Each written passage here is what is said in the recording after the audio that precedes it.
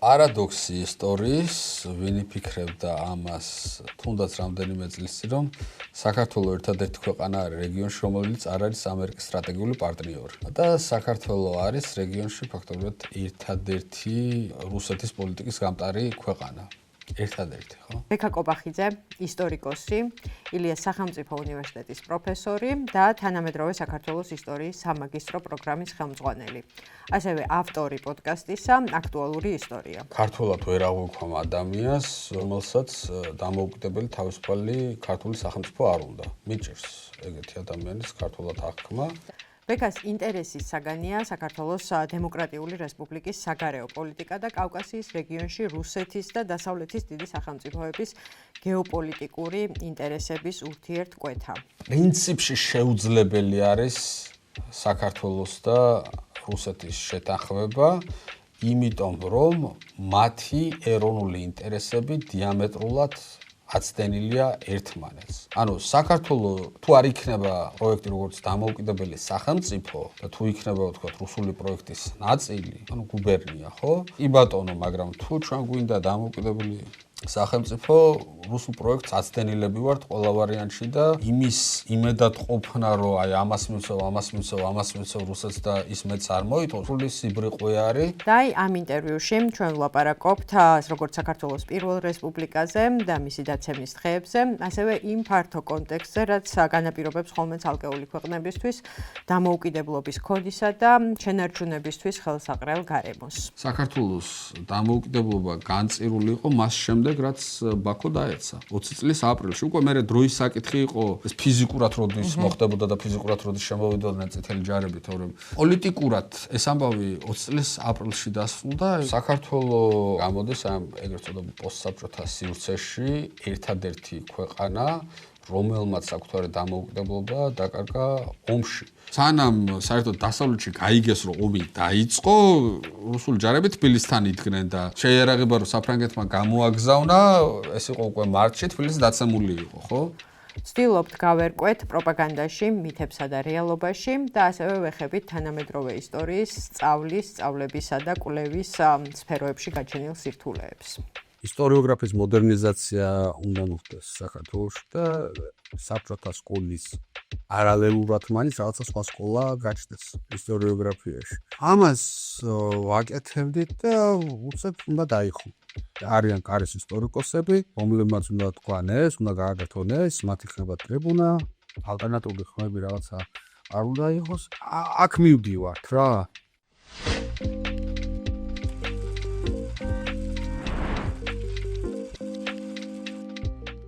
მაშ დავიწყოთ. გამარჯობა ბექა, როგორ ხართ? გამარჯობა. შეძლებს დაგვაროთ რა. ხო, დღეს მინდა რომ ვილაპარაკოთ დამოუკიდებელი საქართველოს პირველი რესპუბლიკის ბოლო დღეებზე, ვინაიდან 25 თებერვალს გამოქვეყნდება ეს ჩვენი საუბარი და ვინაიდან ეს გრძელი და მრავალმხრივი თემაა, გზაში ვფიქრობდი, რომ აი რითი დავიწყო ლაპარაკი თქვა და გამიმარტივა საქმე აი ამ კადრმა, რომელიც გადავიღე. ეს არის მარო მაყაშვილის სტენსილი უნივერსიტეტის მეორე მხარეს, სადაც მხოლოდ მისი გამოსახულებაა დარჩენილი და გავიმარჯვებთ სახელოვნად. წარწერა არის წაშლილი, ხო? და წინა დღეებშიც მოგვხვდებოდა თვალში საინფორმაციო ველში ტრიალებდა მარო მაყაშვილზე მსჯელობა, რომ ის არა რუსმა ოკუპანტებმა, არამედ იმ ხელისუფლებამ მოკლა იმ მსხვერპლა, რომელიც იმ დროს მართავდა საქართველოს, ხო? ეხლა მინდა კითხი კიდე ერთი წამით მარო მაყაშვილის გარდაცვალების დღე იყო გუშინ რა და ზუსტად ისეთ იმას ვამჩნევ ხოლმე რა ამ გოგოსთან დაკავშირებით ხო რომ რაღაცა აი თითქოს ამათ უნდათ მიწებება ეხლა ამას რომ აი რუსეთს ებრძოდა და რუსეთმა მარო მაყაშვილი რუსეთმა კი არ მოგვიკლა მარო მაყაშვილი მოგვიკლა იმ ხელისუფლებამ რა როგორც ამ ხელისუფლებამ მოგვიკლა გიორგი არწუხელიძე რა მითი დავიწყოთ. თან დღეს იუნკერების ხსენების დღეა, ხო, 23-ში ვწერთ ამ პოდკასტს. როგორი მითები ახლავს მოკლედ პირველ რესპუბლიკის ბოლო დღეებს და პროპაგანდა მაშინაც და ახლაც როგორც ცდილობდა ამ გმირობის გაბაიბურებას თუ შეიძლება ეგრე ითქვას.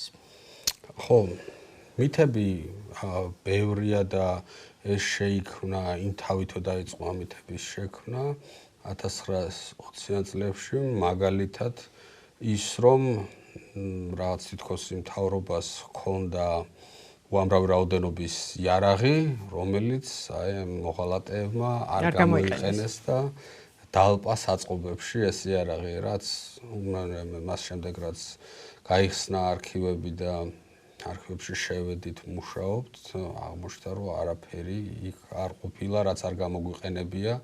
პირიქით სად იყო ეგეთი აღჭურვილობა, თორე როგორ არ გამოიყენებდნენ. ასევე მითი არის ის ამბავი, რომ აი სულ ტრიალებს ფართო საზოგადოებისთვის ეს თითქოს იუნკერების ომი არის და იუნკერებმა იომეს და იბრძოლეს.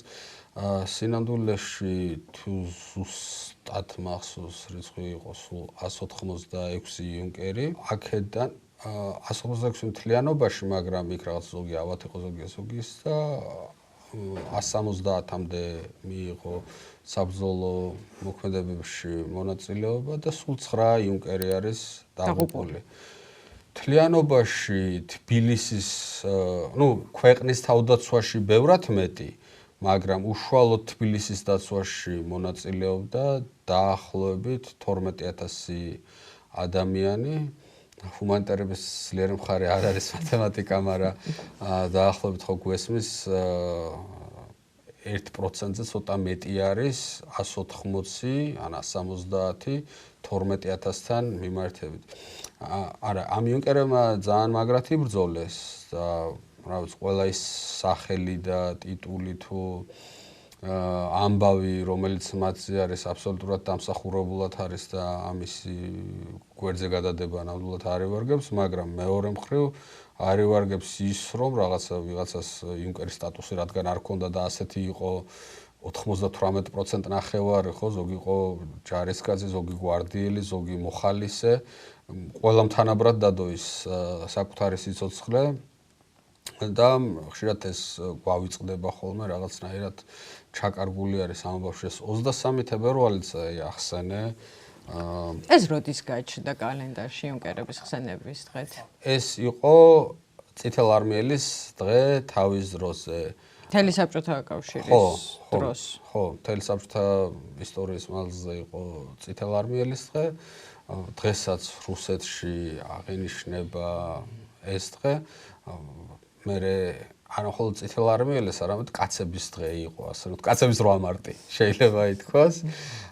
და ამისი რაღაცა გადაკეთების მცდელობა არის, რომ ეს დაწეს და 23 თებერვალს თან, რა თქმა უნდა, ის რომ ემთხვევა სწორედ რომ ბრძოლის დღეებს. მითებზე ვლაპარაკობდეთ და რომ დაუბრუნდეთ აი რასაც დღეს რაც არის დისკურსში და სულ რამდენიმე დღის წინ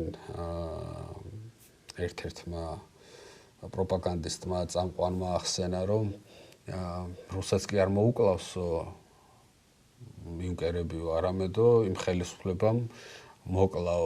ამას ამბობდა ზუსტად მაშინდელი პროპაგანდა, აი ტრიალებს კიდეც სოციალურ ქსელებში მამი ორახელაშვილის სიტყვები, რომ აი ჟორდანიას უგუნური პოლიტიკის შედეგად, ანუ რა იქნებოდა გონიერი პოლიტიკა, რომ აჰა თქვენ დამოუკიდებელი საქართველო აღარ გვინდა და თქვენი იყოს თუ რაღაცა მოლაპარაკება იყო, რომელზეც საქართველოს ხელისუფლება არ წავიდა და ამ მოლაპარაკების შედეგით თან ყოფილიყო საქართველოს დამოუკიდებლობის შენარჩუნება და თან ეს ერთი ტყვია არ გასროლილიყო. ანუ ესეთი მოცემულობა ხო არ არსებობს, არა?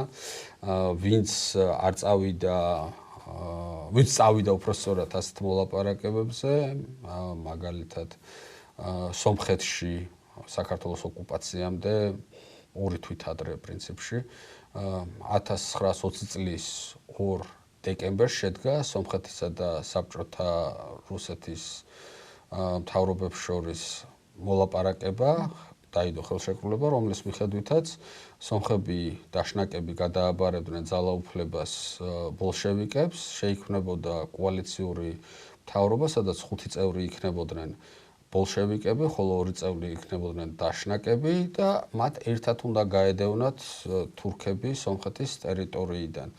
რაც რეალობაში მოხდა იყო ის, რომ რუსებმა თურქებს კი არ დაუწყეს ბრძოლა, არამედ ყველა დაშნაკი დააპატიმრეს და დაიწყეს მათი დახოცვა. ფიზიკურად განადგურება დაიწყეს და ამის პარალელურად მოსკოვში მიდიოდა რუსეთსა და თურქეთს შორის მოლაპარაკება და მოლაპარაკებაში ინაწილებდნენ სომხეთის და საქართველოს ტერიტორიებს. ხო, სომხეთი არ არის ერთადერთი მაგალითი. ანალოგიურად 1940 წელს ბალტიის სამო ქვეყანამ გადაწყვიტა, რომ არ გაეწია წინააღმდეგობა, მიეღო სტალინის მოთხოვნა თაობაზე იმისა, რომ განელაგებინა საბჭოთა ჯარები, წითელი არმია მათ ტერიტორიაზე. ჯარების შესვლას მაშინ ნატავე მოხვა ხელისუფლების დამხობა, ძალადობრივი დამხობა. ეს ხალხი მერე დააპატიმრეს, ციმბირში გადაასახლეს, ლატვიის პრეზიდენტი ესე მოკვდა და ლენინს 1921 წელს ეს უნდოდა ზუსტად. ხო, რომ მოდი ახლა მოველაპარაკოთ ჯორდანიას კოალიციურ მთავრობაზე, ხელს მოაწერინებდნენ ხელისუფლების გადაბარებაზე, მერე დააპატიმრებდნენ, მოკლავდნენ და თან ლეგიტიმურიც იქნებოდა ეს ყველაფერი, რომ ხელშეკრულების გზით მოხდა ეს ამბავი. ხო და ამას უკავშირდება კიდე ერთი მითი, რომ გაიქცნენ. ჯერს ერთი რაზე ვლაპარაკობთ, რომ გაიქცნენ. სამხედრო მინისტრი, ანუ თავდაცვის მინისტრი ქვეყანაში დარჩა, განათლების მინისტრი ქვეყანაში დარჩა, სოფლის მეურნეობის მინისტრი მერე ჩამოვიდა აჯანყების მოსაწყობად და მოკლეს. ეს სამხედრო მინისტრი აქ მოკლეს. დამფუძნებელი კრების, ანუ პარლამენტის წევრთა აბსოლუტური უმრავლესობა 3/4 ქვეყანაში დარჩა და გააგრძელეს ბრძოლა. ის ვინც წავიდა, ანუ მთავრობის თავმჯდომარე, საგარეო საქმეთა მინისტრი და შინაგან საქმეთა მინისტრი, რომ წავიდნენ ქვეყნიდან, ისინი ესეთ რაღაცა ადგენენ და წავიდნენ კი არ ყოფილა. საფრანგეთში უკეთესი ცხოვრებაა და მოდი ახლა იქ ვიცხოვრო თუ ამ მოტივით არ წასულა. და ლეგალური საფუძველი ჰქონდა მათ წასვლას, იმიტომ რომ ხალხის მიერ არჩეულმა დამფუძნებელმა კრებამ, ანუ პარლამენტმა მათ დაავალა პოლიტიკური ბრძოლის გასაგრძელებლად ევროპაში წასვლა. ამ წასვლით, ანუ ამ ლიდერშიპის წასვლით თავიდან იქნა აცილებული ის, რომ ხელი არ მოაწერა საქართველოს მთავრობამ ხელისუფლების გადაბარებას და შემდეგ დაიწყო დაგეგმარება უკვე იმისა, რაც მოხდა 1924 წლის აჯანყების სახით, ხო? საქართველოს პრინციპში იყო ერთადერთი სახელმწიფო სამხრეთ კავკასიაში, რომელმაც ომის შედეგად დაკარგა დამოუკიდებლობა. 1920 წლის აპრილში აზერბაიჯანში მოხდა საბჭოთა ან ბოლშევიკური გადატრიალება და შემდეგ უკვე დაუცველ ბაქოში ეშელონებით შევიდნენ მე-11 წითელი არმიელები და იქ წინააღმდეგობა არ ყოფილა, მოგვიანებით განჯაში დაიწყო აჯანყება, მაგრამ აი ომი საბჭოთა რუსეთსა და დამოუკიდებელ აზერბაიჯანს შორის არ ყოფილა. ანალოგურად არ ყოფილა ომი, როგორც ვთქვით, უკვე სომხეთსა და საბჭოთა რუსეთს შორის, იქაც ხელისუფლების გადაბარება მოხდა. მერე უკვე მოგვიანებით 1940 წელს ბალტიის რესპუბლიკებში საბჭოთა ხელისუფლება, ანუ ოკუპაცია მოხდა ომის გარეშე, ხო? ამიტომ საქართველოს აქედან გამომდინარე გამოდის ამ ეგრეთ წოდებულ პოსტსაბჭოთა სივრცეში ერთადერთი ქვეყანა, რომელმაც საკუთარი დამოუკიდებლობა დაკარგა ომში. და ეს ბრძოლა გრძელდებოდა 5 კვირა.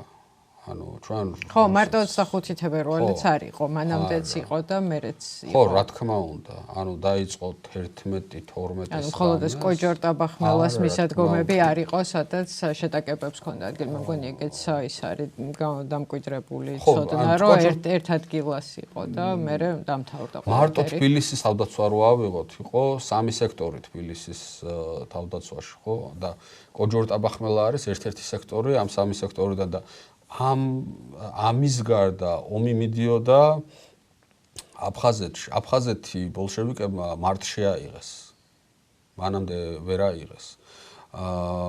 ბრძოლები იყო დარიალში, კახეთის მიმართულებაზე, მერე თურქული ჯარები შემოვიდნენ სამხრეთ-დასავლეთიდან, მოკლედ, ანუ ბევრი საბრძოლო თეატრი იყო, უბრალოდ ეს რაღაც, ანუ ომის სიმბოლიზმები ახლავს, ხო, თან და მე ვფიქრობ, რომ ძალიან სწორადაც ეს იუნკერები სიმბოლოებად გამოიკვეთნენ, მაგრამ ახლა მაშინ არ უნდა დაგვემართოს, რომ ამ სიმბოლოს გარდა არაფერი არ გქონია და არაფერი არ ყოფილა, ხო? და ამ სიმბოლოდ სიმბოლოებში რო დავრჩეთ, მაროც ალბათ ესეთი სიმბოლოა, ხო? სულ რაღაც 2 დღე გაატარა ფრონტზე, მოწყალების დაწასულმა პატარა გოგომ და არ ვიცი, ალბათ ვერასოდეს ვერ წარმოიდგენდა, ხო, რომ რაღაც 100 წლის მერე, 100 წელზე ცოტა ხმეთის მერე, ეს მაგისი ორი სიტყვა იქნებოდა ჯერ თავისუფლებისთვის ბრძოლის ერთ-ერთი მთავარი სლოგანი და მერე საფრთხე, ხო, რომელსაც რუსეთის მიმართ ლოიალურად განწყობილი ხალხი საფრთხეთ მიიჩნევდა, ხო? და თავდასხმა იწაშლიდა კედლებიდან და ასე შემდეგ. საშიშია მარო და მაროს ლეგენდა და მითი ესეთი თავგანწირვის შესახებ. ამაზე უფრო ცვლად ვილაპარაკე. ძალიან მინდა მეც კი. ეხლა გადავიკითხე ზუსტად ღიურები მაროსი და მარო ჩემი სიყვარული არის და არ მახსოვდა რომ ხატავდათ ღიურებში კაბების ჩანახატებს და ხო. ან ბევრი მიმართულებით, აი მარომ ახლა ძალიან სიმბოლო არის. და კი მე ვის ეშინია მაროს? მე ვთვლი რომ ჩვენ ვართ მემკვიდრეები, მისი მემკვიდრეები ვართ, აი ყველა მიმართულებით მემკვიდრეები ვართ და დეტალურად მინდა დავახასიათო თუ რატომ ვართ მემკვიდრეები და ის რომ რასაც მარო განასახიერებს და რაც მას უყვარდა და რისთვისაც იბრძოდა ის არის ზუსტად თავისუფალი საქართველო, ანუ მომავლის საქართველო არის და არ შეიძლება რომ რუსს მისი სიმბოლოსადმი არ ჰქონდეს სტრული დამოკიდებულება. და ეს არა მხოლოდ სტენსილები იყო გადახაზული, არამედ აი სოციალურ ქსელებში, ნუ ჯერ ხო იმან რაც თქვა რომ ამ ხელისუფლებამ მოკლაო და თან აი ეს ბოტების დაჰაჰავების, ანუ ეგეთ მაგითი დაიწყო საერთოდ. ეგეთ რაღაც არ მახსოვს რა, რომ ანუ მარო მაყაშვილზე რაღაც ანუ ხო რაღაცები რაზეც შეიძლება თანხმდები, აი რაღაც დავით აღმაშენებელზე ხო თანხმდებით მაგალითად. ჯერ კიდე. ხო, ჯერ კიდევ და ხო შეიძლება რომ მაროზეც რაღაც მეგონა რომ თანხმდებოდი თითქოს. მაგრამ რაღაცა ეს ტროლბოტების შემოსევა და მაროს ფოტოების დაჰაჰავების წარმოქმნილი რაღაც არის. მაგრამ პრინციპში ლოგიკური რომ დაუფიქრდე, ხო? ეხლა რა ხდება? ჯერსეთი რატომ აღმოჩნდა მარო აი ამ როგორ გახდა ეს სიმბოლო, ხო? ისტორია ხშირად გამართლებაც არის და გაუმართლებლობაც. ხლა ადამიანი მოკვდა და რა გამართლებაზე აქვს საუბარი, მაგრამ ის რომ მარო გახდა ესეთი სიმბოლო არის იმ დღიურების დამსახურება, ხო? ის დღიურები მას შეიძლებოდა არ დაეწერა და ისეთი ახალგაზრდა ყოფილიყო, რომელიც დღიურებს არ წერდა და რამდენია ეგეთი უმრავლესობა ეგეთია, ხო? ან დაეწერა და შიშით ეს დღიური დაეხია გადაეგდო ვინმეს ამ რეპრესიებისას და უბედურებისას, ხო? არ შემორჩენილი იყო ელემენტარულად. ან თუნდაც აი ანწუხელიძე რო ავიღოთ, იმიტომ რომ მაროს და ანწუხელიძეს ხშირად ერთადაც ხატავენ სტენსილებსა და ერთადაც აყენებენ და რაც პრინციპში ლოგიკურია და აქაც განგზავნობა იგრძნობა. აი ეს ვიდეო სრულიად სხვა განზრახვით, აი ბოევიკს ბოროტ მოქმედს რო არ გადაეღო გიორგი ანწუხელიძის წამების ვიდეო, ხო, გიორგი ანწუხელიძის გმირობა იქნებოდა იგივე გმირობა რაც იყო, მაგრამ ამას ჩვენ ვერასდროს ვერ გავიგებდით და ის არ იქნებოდა ეს აღიარებული და სიმბოლოდ გამოცხადებული, ხო.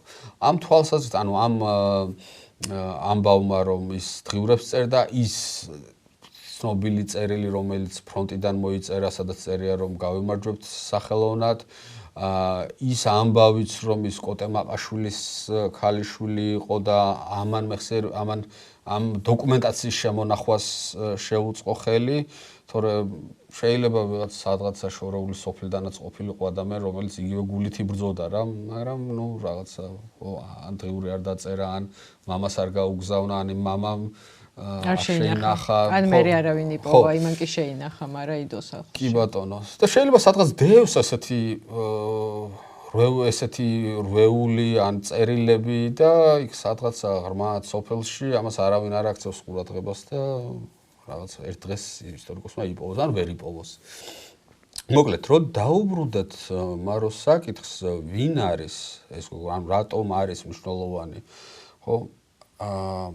აი ის როცა იწყებს, ნუ ჯერ ძალიან პატარა არის. მე-7 კლასში. ხო. იწყებს ამის წერას და ხედავ ღირებულებებს რა. ანუ უნდა გავითვალისწინოთ ის ამბავიც, რომ მარო ძალიან ელიტური ოჯახიდან არის, ხო? მაგრამ ამის მიუხედავად ძალიან ღარიბი. ხო, მაგრამ ნუ მაინც თავადის შვილი არის, ცენტრში ცხოვრობს, ხელმისაწვდომობა აქვს, განათლებაზე, თეატრში, ანუ კულტურულ ოჯახში იზრდება, ასე რომ ვთქვათ. და რეებზე წერს, ის წერს თავისუფლებაზე, თავისუფალ საქართველოზე. და არის ამ თესეურო გაიხსნა 1918 წელს პირველი კურსის სტუდენტი არის, თავიდანვე შედის უნივერსიტეტში და წარმოვიდგინოთ, ხო, რამხელა იმედი არის, აი ის იუნკრები, რომ აი ეს იუნკრები ხო ქართველი ოფიცრები უნდა გაეზარდა იუნკერთა სკოლას, ანუ პირველი იუნკერთა თაობა არის ის, რომლებიც სამხედრო სკოლა ზრდის და ეს პირველი უნივერსიტეტის პირველ კურსელები, რომლებიც უკვე ქართული სამოქალაქო ცხოვრების იმედი და მომავალი არიან. წერს, რომ ენების სწავლა უნდა, სწავლის გაგრძელება უნდა საზღვარგარეთ, მოგზაურობა უნდა, ამაზე ოცნებობს. დადის თეატრში, ეპრანჭება ბიჭებს, ფლირტაობს, ვიღაცები მოწონს, წიგნებს კითხულობს, ამ წიგნებს განიხილავს, მეგობრებთან ერთადაც, თვითონაც განიხილავს ჩანაწერებში. მერე ჩანს ოჯახზე რა შეხედულება, ოჯახი უყვარს ძალიან. ქალის როლი მისთვის ძალიან მნიშვნელოვანი არის. არ მინდა რომ ქმრის ფულით ვიცხოვრო. ხო, აი ამას წერს თავისუფალი ქალი თავისუფალ საქართველოში ეგეთი თავი აქვს ამ თავის დღიურში.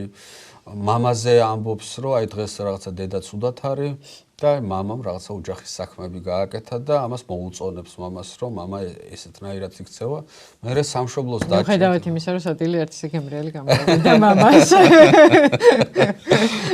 სასაყვარელია, თან მოუშვიდეთ რაღაცა. და აი ყველაფერი რა სწორად ძალიან თანამედროვე ახალგაზრდა ქალი, ხო, აი ყველაფერი რა სწორად ესმის, ყველა ზღირებულება რა სწორად არის დალაგებული და მერე უცებ სამშობლოს გაუჭირდა, არავინ არ აძალებდა და ნუ გაიქცა რომ მეც ბრძოლის ველზე უნდა ვიყო. აი ეს ყველაფერი არის ის მე პირადად როგორც მინდა რომ საქართველო იყოს. აი ესეთი მინდა იყოს მაგალითად ჩემი შვილი. მეც გოგო მყავს ასეთ ღირებულებებზე გაზრდილი, თორე ჩემი შვილი 100 წელსაც ოსლოს მართვა.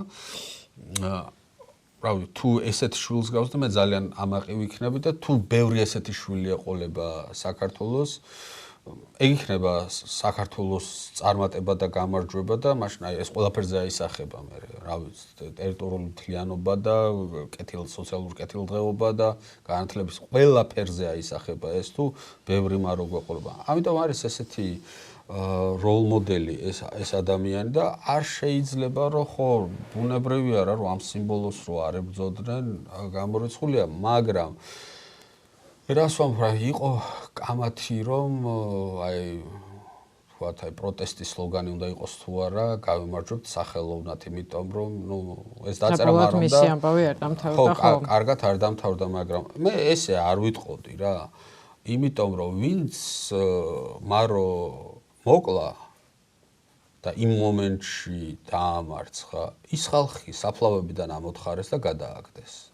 აი ფილიპე მახარაძე და ვიღაცები ახლა შეიძლება უფრო ახალმა თაობამ არ იცოდეს ეს მთაწმინდაზე იყვნენ დასვანებული და 80-იანი წლების ბოლოს იქ რომ საფლავე ააფეთქეს საერთოდ და გადაყარეს ისინი და გავიდა 105 წელი და თბილისის ქუჩებში სტენსილებიც არის, მაისურებზეც აქვს ადამიანებს ეს წარწერები და სკანდირებენ და სლოგანებს ამბობენ. ანუ ეს ხო არ არის ჩვენ ხო აქ რაღაც ფიზიკურ გამარჯვებაზე ხვალ ლაპარაკობთ, ჩვენ ლაპარაკობთ იმაზე, რომ ესე იგი რაღაცნაირად მაროს იდეებმა გაიმარჯვა. ხო?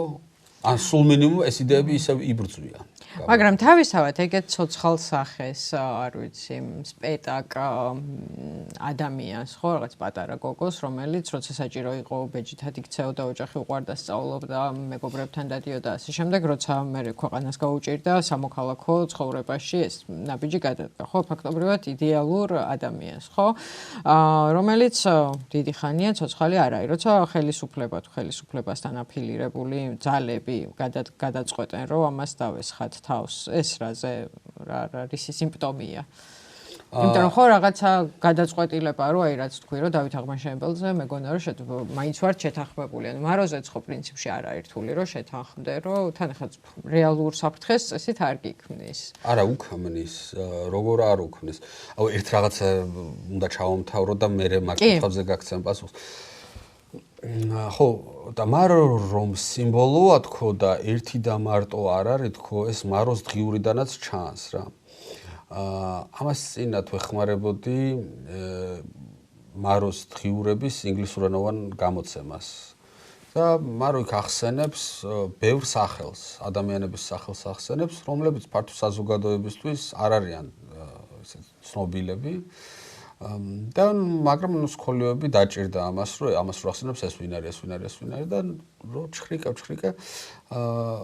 ყველა ეს ადამიანი, აი რომლებთან ერთადაც ამ წიგნებს განიხილავდა თეატრში დადიოდა, კისკისებდა, ზოგს ეპრანჭებოდა. ეს ადამიანები ამა თუ იმ ფორმით რეპრესიებს შეეწირნენ. ხო, ფაქტობრივად 38 წლისთვის ცოცხლები აღარ იყვნენ. აი ეს იყო ხალხი, რომელსაც აი ეს ახალი თანამედროვე ქართველი ერი უნდა აეშენებინა, უნდა ანუ ეს მოკლედ, ანუ 21 წლის ოკუპაცია ყველაზე ტრაგიკული პრინციპში ამიტომ არის, ხო? ანუ ბევრი რამის რეგენერაცია შეიძლება ყველაზე რთული არის ამ სოციალური ქსოვილის რეგენერაცია. ამ უბედურებაში ვარ დღესაც აი ამას ვწვალობთ რაღაცნაირად, ხო? ხო და რატომ არის საფრთხე? იმიტომ რომ მარო წარმოადგენს იდეას და დღევანდელი პოლიტიკური ხელმძღვანელობა ვინც არის ქვეყნისა, ხო? ამ იდეას ებრძვის. რომ ანუ მარო რისი სიმბოლო არის, რომ რაღაცა უნდა გაიმარჯვო, ხო? სადო მაინც. უნდა სადო, უნდა იბრძოლო. აი ესე უნდა გიყვარდეს ქვეყანა, ანუ იმ დღიურებში რაც წერია, ყველაფერი ამის წინააღმდეგნი არიან დღეს, ვინც არის ხელისუფლების სათავეში. და ის რომ აი ანწუხელიძე მოკლა სააკაშვილმა. პიერ შეწირული. ხო, იქ მარო მოკლა იმან რა ქვია ჟორდანიამ და ამ ლოგიკით რა გამოდის, რომ 9 აპრილს გამსახურდია მოკლა იქ დაღუპულები და იქ რა ქვია წანიში დაღუპულები ერეკლე მოკლა. ათუ ერეკლეს და გამსახურდიას არ ვახებით. ერეკლეს მგონი არ ვახებით და გამსახურდია ვნახოთ. არა, გამსახურდიასაც არ ვახებით, იმიტომ რომ მის შვილები პროპაგანდისტებად ყავს დასაქმებული და მაშ გადმოვიდეთ აი პროპაგანდაზე, რომელიც მაშინაც იყო, ხო? იმიტომ რომ 25 თებერვალით ერთ-ერთი მთლად 25-ში არ დამთავრდა ეს გასაბჭოება და მერეც კაი ხნის განმავლობაში ამტკიცებდა პროპაგანდა, რომ სინამდვილეში საქართველოს დამოუკიდებლობა არ დაუკარგავს, ხო? ეს არის ბოლშევიკების გამარჯვება მენშევიკებზე და ნამდვილი დამოუკიდებლობა ახლა გექნებათ, ხო? ხალხი ძალა უფლებას ახლა იგრძნობს, ახლა ყველაფერი კარგად იქნება. და ალბათ მაგის გაგრძელება იყო ისიც, რომ 26 მაისი 22 წელსაც აღინიშნა და ასე შემდეგ. 21-ში აღარ. ხო, 21-შიც აღინიშნა, ანუ რამდენიმე თვეში. როდის ამბობს მტერი ღიად, რომ ახლა უკვე დაპყრობილი ხარ და სანამ ჭირდება ეს თამაშები, რომ არა ჯერ არ დაგიკარგავს დამოუკიდებლობა. ეს აი ხახვევი როს რო ვწქვი რა, ფენა ეგრე მოხდა ეგ ამბავი, რავი, მოვყვები დავიწყებ. ჯერ კიდევ ბრძოლები მიმდინარეობს, მარტი არის 1921 წლის 10 მარტს ლენინი უგზავნის ეს ხო სისხლისმცემელი იყო ეს ორჯონიკიძე და ნუ იმან იცის რა, ლენინმა იცის რომ ეს აკრეებს და ატრიალებს და ამიტომ სპეციალურად უგზავნის 10 მარტს ტელეგრამას, სადაც მკაცრ მითითებას აძლევს. პოლიტიკურ ლენის ახლა ეს არის მაუზერიანი ტიპი არის. ორჯონიკიძე. ხო, ორჯონიკიძე და სისხლისწყურია და ის ახლა პოლიტიკოსი არის და იმან იცის პოლიტიკურად რა არის უკეთესი. რა რაოდენობის სისხლი უნდა დაიყვაროს, რომ მას პრობლემა არ შექმნას. ხო, და ანუ პოლიტიკურად ახლა იმას უნდა ისე გაყიდოს ეს ამბავი, ამიტომ უნდა და ჟორდანიასთანაც ხელშეკრულება, რომ ანუ ხელისუფლების ცვლილება მოხდა რა. ანუ ბოლშევიკების იმ დროს მნიშვნელოვანი არის მორალური უპირატესობის რაც შენარჩუნება იმპერიალის ვებრძვით და ახლა შენ თუ შერბი ხარ და ხალხს ხოცავ მასობრივად და რაღაცა ესე ძალადობრივად იპყრობ ქვეყანას რანაირი მორალური უპირატესობა გაქვს იმპერიალისტი ხარ ხო ჩვეულებრივი თან ახლა ეს იდეოლოგიური ბრძოლები მაგათთვის მნიშვნელოვანი იყო და ამ დროს დებატები მიმდინარეობს ეგრეთ წოდებულ მესამე სოციალისტურ ინტერნაციონალს კომინტერნს ანუ და მეორე დემოკრატიულ სოციალისტურ ინტერნაციონალს შორის რომლის წევრები იყვნენ ქართული სოციალ-დემოკრატები კომინტერნის დამფუძნებლები ბოლშევიკები არიან ბუნებრივად და ეს დებატები მიმდინარეობს და კომინტერს უნდა რომ იყოს უპირატეს მდგომარეობაში ამ მეორე ინტერნაციონალთან და ამიტომ უგზავნეს ამ ინსტრუქციას რომ ესე იგი გაითვალისწინეთ ქართველი ამხანაგების მოსაზრებები ამ შულავერის კომიტეტის რომ ანუ საქართველოს მთავრობა არის აქ ვითომ და საქართველოს მთავრობა იღებს გადაწყვეტილებებს ხელი არ შეუშალო სახელმწიფო ორგანოების ფუნქციონირებაში და არ დახოცო ხალხი ეს იყო ინსტრუქცია რომ ნუ შეიცვალა იქ მერე ვიღაც კოლაბორანტები გაჩნდნენ უცებ სახელდახელოდ ხო ჩდებიან ხოლმე ეგენი და აი ესე იგი ფედერალისტების მემარცხენე ფრთა სოციალისტ ფედერალისტების მემარცხენე ფრთა უკვე 21 წლის მარტში აქვეყნებს აი დიდზე ესე პირველ გვერდზე მათი გაზეთის პირველ გვერდზე ომი არ დამთავრებულა ჯერ და რომ გაუმარჯოს თორსო დამოუკიდებელ საბჭოთა საქართველოს ეგეთი რაღაც წერია და ეს ილუზია მართლა შეიქმნა ადგილზე ანუ ჩვენ რო ახლა ვიცით ეს ამბავი და როგორია რომ მაშინაც ყველა მიცოდა ეგრე არ არის ეგ ამბავი აი არ ვიყვარს რაღაც საჩოთი რომ მომენტების გახსენება გალაქტიონ ტაბიძის ციგნაკის ღურს ჩანაწერები არის და გალაქტიონ ტაბიძე სხვათა შორის იყო გაზეთი სახალხო გვარდიელის რედაქტორი, ანუ პირველი რესპუბლიკის სამხედრო გაზეთის პერიოდიკის რედაქტორი და ჰიმნებს და პოემებს უძღვნიდა სახალხო გვარდიას. ჩანაწერია რომ ნუ კაი ახლა ესენი წავიდნენ 21 წელს მარტში ხდება ეს. ესენი წავიდნენ, ბოლშევიკები მოვიდნენ. იმათთან კარგად თუ ამათთან კარგად, ამათანაც კარგად ვიქნები, ხო? ანუ გალაქტიონზე გვაქვს ხოლაპარაკი და ამისი ანალიზი საყოველთაოდ არის. ამას თითქოს 24 წელსაც რაღაცნაირად ამბობს ეს სამხედრო ცენტრის ხალხი აი აჯანყების რომ ჩვენო გვეგონაო რომ რაღაცა თელიერი ადგებოდაო რა და ესო თურმე ბოლოსო ელიტების საქმე აღმოჩნდა. ნუ ახლა ელიტების 4000 კაცი მოკლეს 24 წელს აჯანყებაში, მაგრამ ანუ 21 წელს ეს ეხტე მე 15 აი ეს პროპაგანდა გარკვეულწილად რომ დამოუკიდებლობა არ დაგიკარგავთ ისევ დამოუკიდებლები ხართ უბრალოდ სხვები გმართავენ მუშაობდა კი აი ხო თქვია გალაქტიონის მაგალითი ნუ გალაქტიონზე თუ მუშაობდა ალბათ სხვებზე კიდევ უფრო კარგად მუშაობდა ესე იგი 21 წლის 15 მაისს სტალინი უგზავნის ორჯონიკიძეს წერილს ინსტრუქციას უბრალოდ სადაც თხოვს რომ ერთ თხოვს ავალებს რომ 26 მაისი აღინიშნოს როგორც მენშევიზმისა და იმპერიალიზმის საქართველოს მენშევიზმისა და იმპერიალიზმისგან გადაქცევი ესე გათავისუფლების ზეიმად გადავაქციოთ 26 მაისიო და ეს დამოუკიდებლობა აღნიშნოთო იმ პირველ წელიწადს საქართველოს აქვს საგარეო საქმეთა სამინისტრო თავდაცვის სამინისტროც აქვს რა თქმა უნდა ეს ყველაფერი მარიონეტული რეჟიმია მაგრამ არა მხოლოდ ფართო მასაში იყვნენ ეგრეთ წოდებული ნაციონალ უკლონისტები აი მაგალითად ერთი საოცარი кейსი არის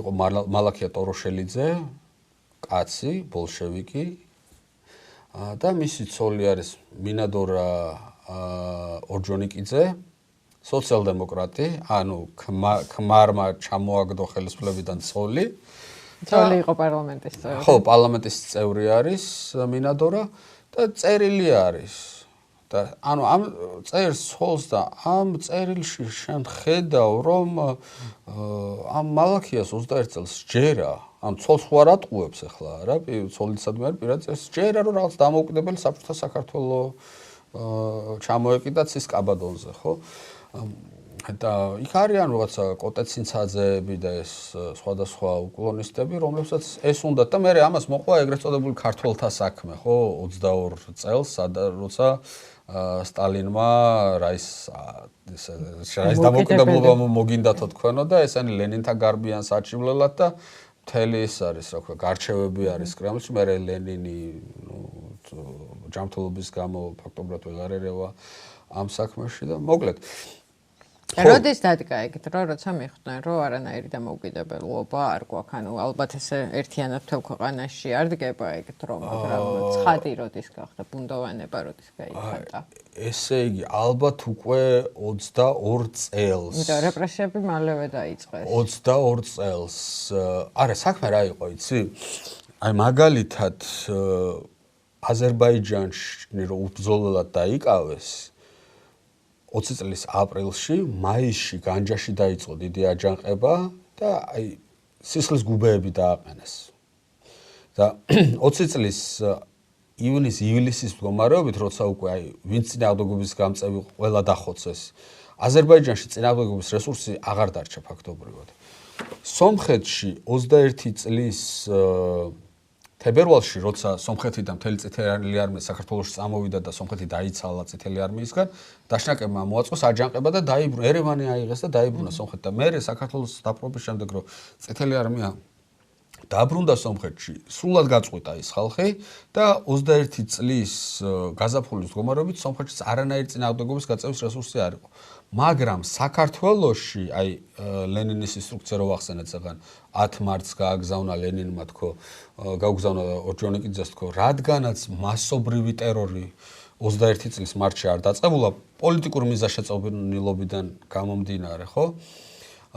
ესე იგი, ისეთი მკაცრი რეპრესიები უკვე დაიწყო, განსაკუთრებით ისეთი ხელშესახები, მაშინ როცა სტალინი ჩამოვიდა თბილისში 21 წლის ივლისში და საშინლად დახვდნენ.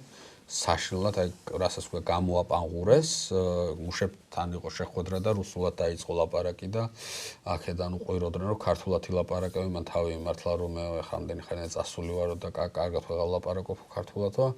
მე ისტორი რამიშვილი იმაზე აუვარდა, ტრიბუნაზე აუვარდა და ნუ მოკლედ დიდი ჯურიზების სურვილით წავიდა დაძალადები. მაშინვე დააპატიმრეს მთელი ეს სოციალ-დემოკრატიული ლიდერშიპი სრულად დააპატიმრეს, ეს იყო დიდი ტალღა, პირველი დიდი ტალღა. ამის პარალელურად 21 წელსშივე სვანეთში ხდება ანტიბოლშევიკური აჯანყება, მე შეფცვლა რაზმი და 22 წელს უკვე ქაქუცას ხევსურეთში აქვს აჯანყება. მაგრამ აი ეს როგორ არის, რომ 21-22 წლებში მაინც ეს უკლონისტები არიან და შედარებით მაინც უფრო რბილია იმასთან, რაც უკვე 24 წელს ხდება. აი 22 წელს ეს ქართული საქმე რომ არის, ანუ ადგილობრივ უკლონისტებსა და სტალინ ორჯონიკიძეს შორის დაპირისპირება და აი რომ მოაშორებენ ამ ბუდუმდივნებს და მახარაძეებს ხელისუფლებას და იქ ბესო ლომინაძეს დანიშნავენ. იქ უკვე პირდაპირ, ანუ ასე ვთქვათ, agency რასაც ქვია, ხო, ანუ ადგილობრივ ხელისუფლებას ჭკვას აღარავინ აღარ ეკითხება. აი 21-22 წლებში ისინი ცდილობენ რომ მაინც რაღაცა გავლენა ჰქონდეთ ადგილობრივ პროცესებზე. აი ერთი საინტერესო ეპიზოდი არის ესეთი. აი ტერიტორიული გადანაწილებების ამბები რა, საზღვრების დადგენა, ხო რა საქართველოს, სომხეთის, აზერბაიჯანის დამოუკიდებელ რესპუბლიკებს ეს ჰქონდათ, რომ ტერიტორიული ამბები ვერ დაადგინეს და ესე იქცა დავით გარეჯი ჩადებულ ნაღმად. კი, აი ამ დროს ხდება ზუსტად ეგ. ამ დროს ხდება სტალინის ხელით. კი, ზუსტად რომელიც საქართველოში ჯერ კიდევ ვიღაცებისთვის ეროვნული გმირია. ხა ამის რო არის თორე მაგის საკამო ყოლა შეიძლება. ამიტომ რემარკაც ჩავამატებ, კი, არ წამოეგო ამ პროვოკაციას. თუ ის არ ახსოვს, ესე გავახსენებ. ხო და ესეთი ეპიზოდი იყო, რომ ესე იგი ეს ტერიტორიები ყარაიაზისველი, ანუ გარეჯი, ზაქათალა, ლორე, რო გადაეცათ სომხეთსა და აზერბაიჯანს, ამის წინააღმდეგი იყო ადგილობრივი, ეს ხდება 21 წელს, ადგილობრივი კომუნისტური პარტია, ქართული კომუნისტური პარტია, მაგრამ ცენტრალურად გადაწყდა იქ სტალინმა და ორჯონიკიძემ კავბიურომ გადაწყვეტა ერთი სიტყვით და მე ფორმალურად უნდა დაამტკიცოს ეს გადაწყვეტილება საქართველოს კომპარტიის ცენტრალურმა კომიტეტმა, სადაც არის 9 კაცი. და ეს დაამტკიცა 5 ხმით 4-ის წინააღმდეგ. ანუ წარმოიდგინე 5-4, ეს რაც ცოტა დემოკრატიას გავს უკვე რა. და ამის ხელმძღვანელი ЦК-ს არის ბუდუმ დივანი და ბუდუმ დივანი ამბობს ეს რამეს, რომ კაცო, მეცო წინააღმდეგი ვარო ამისიო. ანუ ეხლა ხმასო კი ვაძლევო, მაგრამ ამის წინააღმდეგი ვარო, რასაც ვაძლევ და მაგრამ რო არ მივცეო ხმაო, ანუ მე რა შვებითო მეო საბჭოთა რუსეთს ომს უცადებდო თუ რა შვებითო რა, ანუ ფორმალობა არისო რა ესო რა, გვინდა არ გვინდა, უნდა დავთვალოთ, თორე მეო არ მინდაო და იქ სერიოზული პოლემიკა იყო, ანუ 21 წელს, 22 წელს ამის სივრცე იყო. იქ თქვათ, ჩვენ თუ წავიკითხავთ ზუსტად ამ წლებში 21, 22, 23 წლებში გამოდიოდა ეგეთი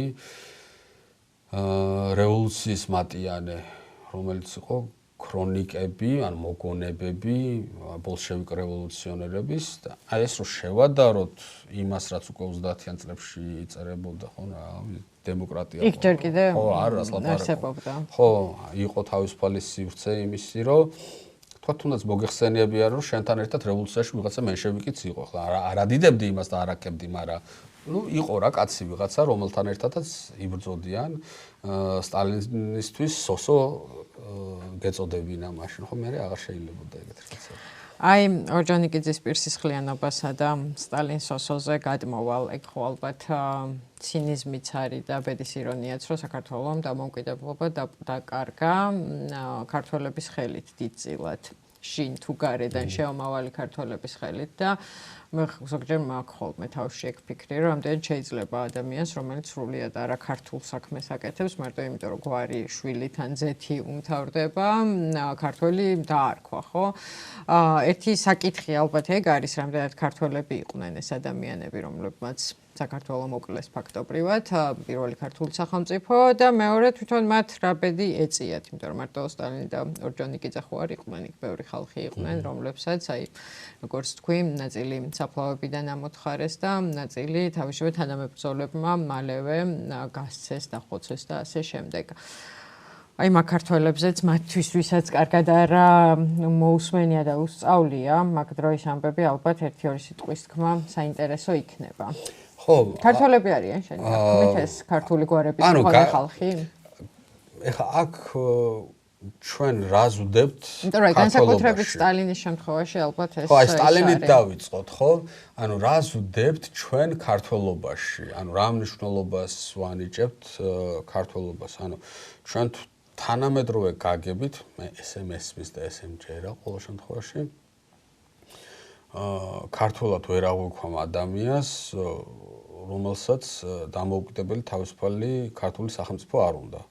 ანუ მიჭირს ეგეთი ადამიანის ქართულად აღქმა. და თუ უნდა, მაგრამ არ შეჯერა რომ შესაძლებელია ამ ადამიანებს სად ვათავსებთ?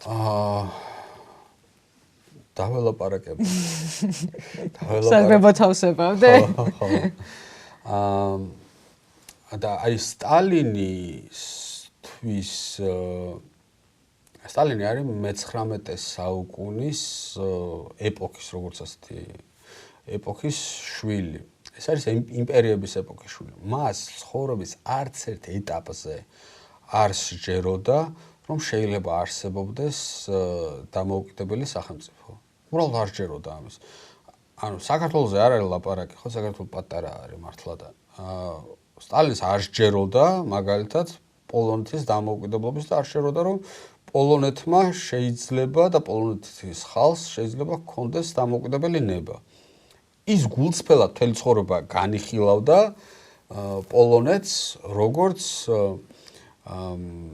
საფრანგეთის და ბრიტანეთის ლაქიას, მისი ნების გამტარებელს, რომელიც მოშვერილი არის რუსეთის წინააღმდეგ. არა იმიტომ, რომ პოლონელი შეიძლება იყოს ანტირუსი, არამედ იმიტომ, რომ საფრანგეთმა და ბრიტანეთმა ასე უთხრა და ამ ბოლშევიკურ შიდა კორესპონდენციაში საქართველოს იხსენიება როგორც რაღაცა ბრიტანეთის ლაქი, დამოუკიდებელი საქართველოს ბრიტანეთის ლაქია, ბრიტანეთის ნების გამტარებელი რაღაცა მარიონეტი და ასე შემდეგ, ხო? რაც ახლა სიმართლისგან არის აბსოლუტურად აცდენილი. ხო და ეს რომ ასეთი თვალთახედვა რომ აქვს იმპერიალისტური, აი მე-19 საუკუნის თვალთახედვა რომ აქვს პატარა ერებზე ადამიანს, რა გასაკვირია რომ მას არ სჯეროდეს საქართველოს დამოუკიდებლობის, მას ჰქონდა ერთგვარი ჰობი იყო მისთვის საქართველოს ისტორიაც, კინოც, მწერლობაც, კულტურაც, ახლა რაც ლოგიკურია, ხო?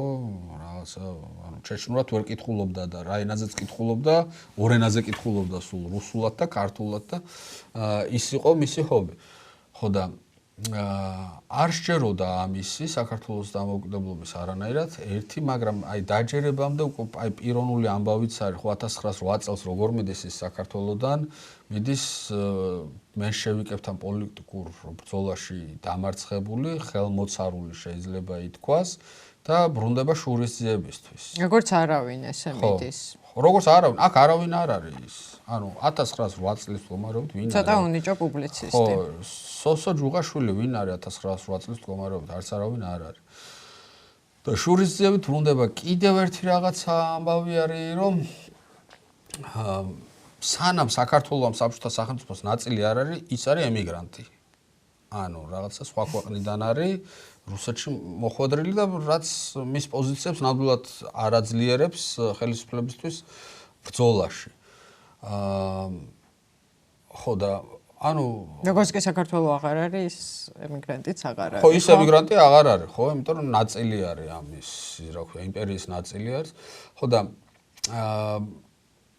ის ასე რომ თქვა, თავისი კულტურული დეფინიციით ქართველი იყო ალბათ, ანუ საკუთარ თავს ესე განსაზღვრა. ამ პრინციპში რატო მარჩილობ მე მოდი მოვსმინოთ მას. ხო, როგორც მისი შვილი სვეტლანა გადმოგვცემს, ის ამბობდა რომ მან გვითხრაო რომ я обрусевший азиат. ანუ მე გარუსებული აზიატი ვარ. გარუსებული აზიატი რას ნიშნავს? რომ ეს ხო მე-19 საუკუნის ენაა პრინციპში. რომ თარგმნოთ, ეს ორიენტალიზმის ამბავია. რომ აზიატი, ქართველი აზიატი, ანუ არაცივილიზებული, აბრუსევში გარუსებული, ანუ აი ცივილიზაციის გზაზე დამდგარი ველური. ხო. აი ეგ. ესე განსაზღვრავდა საკუთარ თავს, მე იქ იყო მისი მიმართება ვაჟა-ფშაველასთან, რომ ანუ ვაჟა-ფშაველას წერლობას ველურობად თვლიდა, რომ რაღაცა იქ სტუმარ მასპინძელი და სისხლის აღება და რეების პროპაგანდას ეწევით თქვენ მან. ხო, მაგრამ ნუ ჩანს რა რომ ეს ქართული ბექგრაუნდი ჩანს მასში, მაგრამ პოლიტიკურად ქართველი რა თქმა უნდა არ არის. პოლიტიკურად არც ის არის ქართველი, არც ორჯონიკიძე არის, არავინ არ არის, მაგრამ ეს კულტურული ბექგრაუნდი მოსდევს, ანუ თუნდაც რა ვიცი, მისი დამოკიდებულება შვილთან. ხო, ანუ რა დამოკიდებულება აქვს შვილებთან. დიდწილად საშინელია რა. როგორ იცი, ანუ რას გულისხმობ აქ, რომ ერთგვარი აი სვეტლანასთან განსაკუთრებით კონსერვატული, ანუ მამას გოგო არის ეს სვეტლანა, სუეფერება, ნაბოლარაშვილი არის თან გოგო არის და ნუ მოკლედ რა, ანუ ერთადერთი მამა ამასთან იყო. ხო, თამაშობდა ხო, პამპერსებს კი არ უცვლიდა პილიონკებს მაშინ. ხო და მე ეს მოწიფლობაში რო შედის ეს სვეტლანა და კაცები რო ჩდებიან მის ცხოვრებაში, ეს ამისთვის არის სრულად აუტანელი, აჭერინებს პირველ შეყვარებულს და მოკლედ წდება ფაქტობრივად მამაშვილს შორის ურთიერთობა. ხო და თვითონ სვეტლანა ამას მის ქართულ ხასიათს მიაწერდა. ხო, ესეც ერთგვარი ორიენტალური დამოკიდებულება არის. ხო. მაგრამ ის რომ თავს ეს რაც ქართულ სასტავებში кейფი უყვარს გაგრაში და ბიჭვინთაში ვიღაცა მეგობრები ყავს რომლებთანაც მიმოწერას ინარჩუნებს ხო, ანუ ვერ ვიტყვით რომ რაღაცა კულტურულად მათ საქართველოსთან არაფერი არ აკავშირებდა, მაგრამ პოლიტიკურად აბსოლუტურად არ იყო ქართველი და არაფერში არ ჩანს ეს მისი პოლიტიკური ქართველობა. რაც არ უნდა პარადოქსი იყოს, ორჯონიკიძე ჩვენს შემთხვევაში, ანუ ეს ოკუპაცია მთლიანად სტალინ ორჯონიკიძის დაგეგმილია და კიდევ უფრო მეტი ორჯონიკიძის ვიდრე სტალინის. და ყველაზე უარყოფითი ფიგურა არის ალბათ საქართველოს ისტორიაში, მაგრამ საერთაშორისო ისტორიოგრაფიაში, დასავლურ ისტორიოგრაფიაში ამ სტალინისტურ წრეში ერთად ყველაზე კარგი ტიპად არის გამოყვანილი ორჯონიკიძე, იმიტომ რომ რანაირად? ხო, იმიტომ რომ 36-38 წლებში რო წმენდები დაიწყო სტალინმა, ეს წავიდა წინააღმდეგი. ოღონ არა საყოველთაო წმენდების, არამედ პარტიული ამხანაგების წმენდების რა, ცოტა ესეთი ანუ შეიძლება მორალური პოზიციაც დაარქვა ერთგვარად ამას, რომ ანუ გუშინ ერთად რო ვიბრძოდით, ეხლა რო ამ ხალხს ხოცავ რა პონტია და რაღაცა ესეთი დამოკიდებულება გქონდა. ეს ხელს გიშლის, მოდი აკაცლი. დროს ვიხელთ. ხო, არის პრინციპში ეგეთი ტიპი ხრუშოვიც არის, ხო? რომ ხრუშოვი თქვა დასავლური ისტორიოგრაფიასთვის ასოცირდება დათმობასთან და საქართველოში ასოცირდება 9 მარტთან, 56 წლის 9 მარტთან და ქართველების ხოცვა-ჟლეტოსთან. ანუ ხო, ბუნებრივია ეს აცდენები არის და ეს აცდენები არის სწორედ იმ დამოკიდებულების გამო, რომ ანუ აი ორჯონიკიძეს და სტალინს აი განსაკუთრებული აქცენტი აქვს საქართველოზე და ანუ ორჯონიკიძე მოსკოვში შეიძლება ბევრად უკეთესი ტიპი ყოფილიყო, ვიდრე თბილისში იყო. ან გინდათ სტალინი საქართველოს პოლიტიკასთან მიმართებით და მე ის უბედურება, რომ ორჯონიკიძეს აქვს, ხრუშოვს აქვს ქართველებთან ესეთი გამოკვეთილად უარყოფითი დამოკიდებულება, იმიტომ რომ სტალინი აქედან იყო და ანუ ეს ქართველობა ორი მხრიდან რაღაცნაირად არც ერთ მხრიდან არ გამოგვადგა ეს ქართველობა, ხო? რომ სტალინის შემთხვევაში პირიქით მას აქცენტი ჰქონდა ამ ხაობის დაპყრობაზე, ხოლო ხრუშოვის მხრიდან მას აქცენტი ჰქონდა იმიტომ რომ სტალინის სამშობლო იყო ერთგვარად. და ბექა, აი ლეგიტიმაციის ცოტა თანამედროვე კონტექსტთან ის ხაზებიც რო გავავლოთ, თუ შეიძლება ეს, აი რო თქვი, რომ უნდათ გაეფორმებინათ ხელშეკრულება და არა ოკუპაცია, არამედ ხელისუფლების გადაბარება ყოფილიყო, ხო?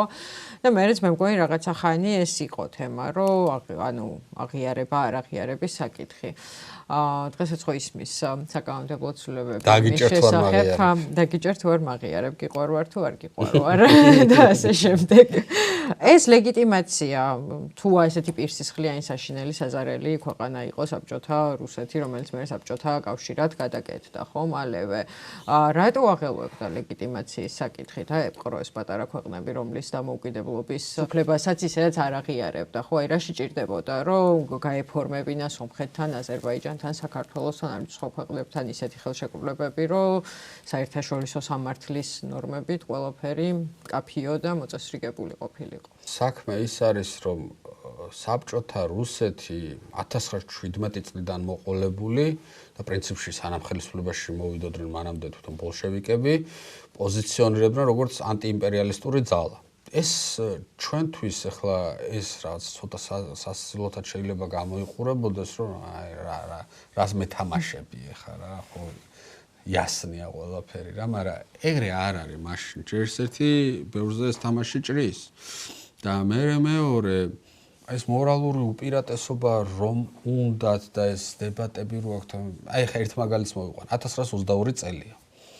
გენოის საერთაშორისო კონფერენცია იმართება, სადაც აქ პატრიარქ ამბროსის სახელით ის მიმართვა დაიწერა.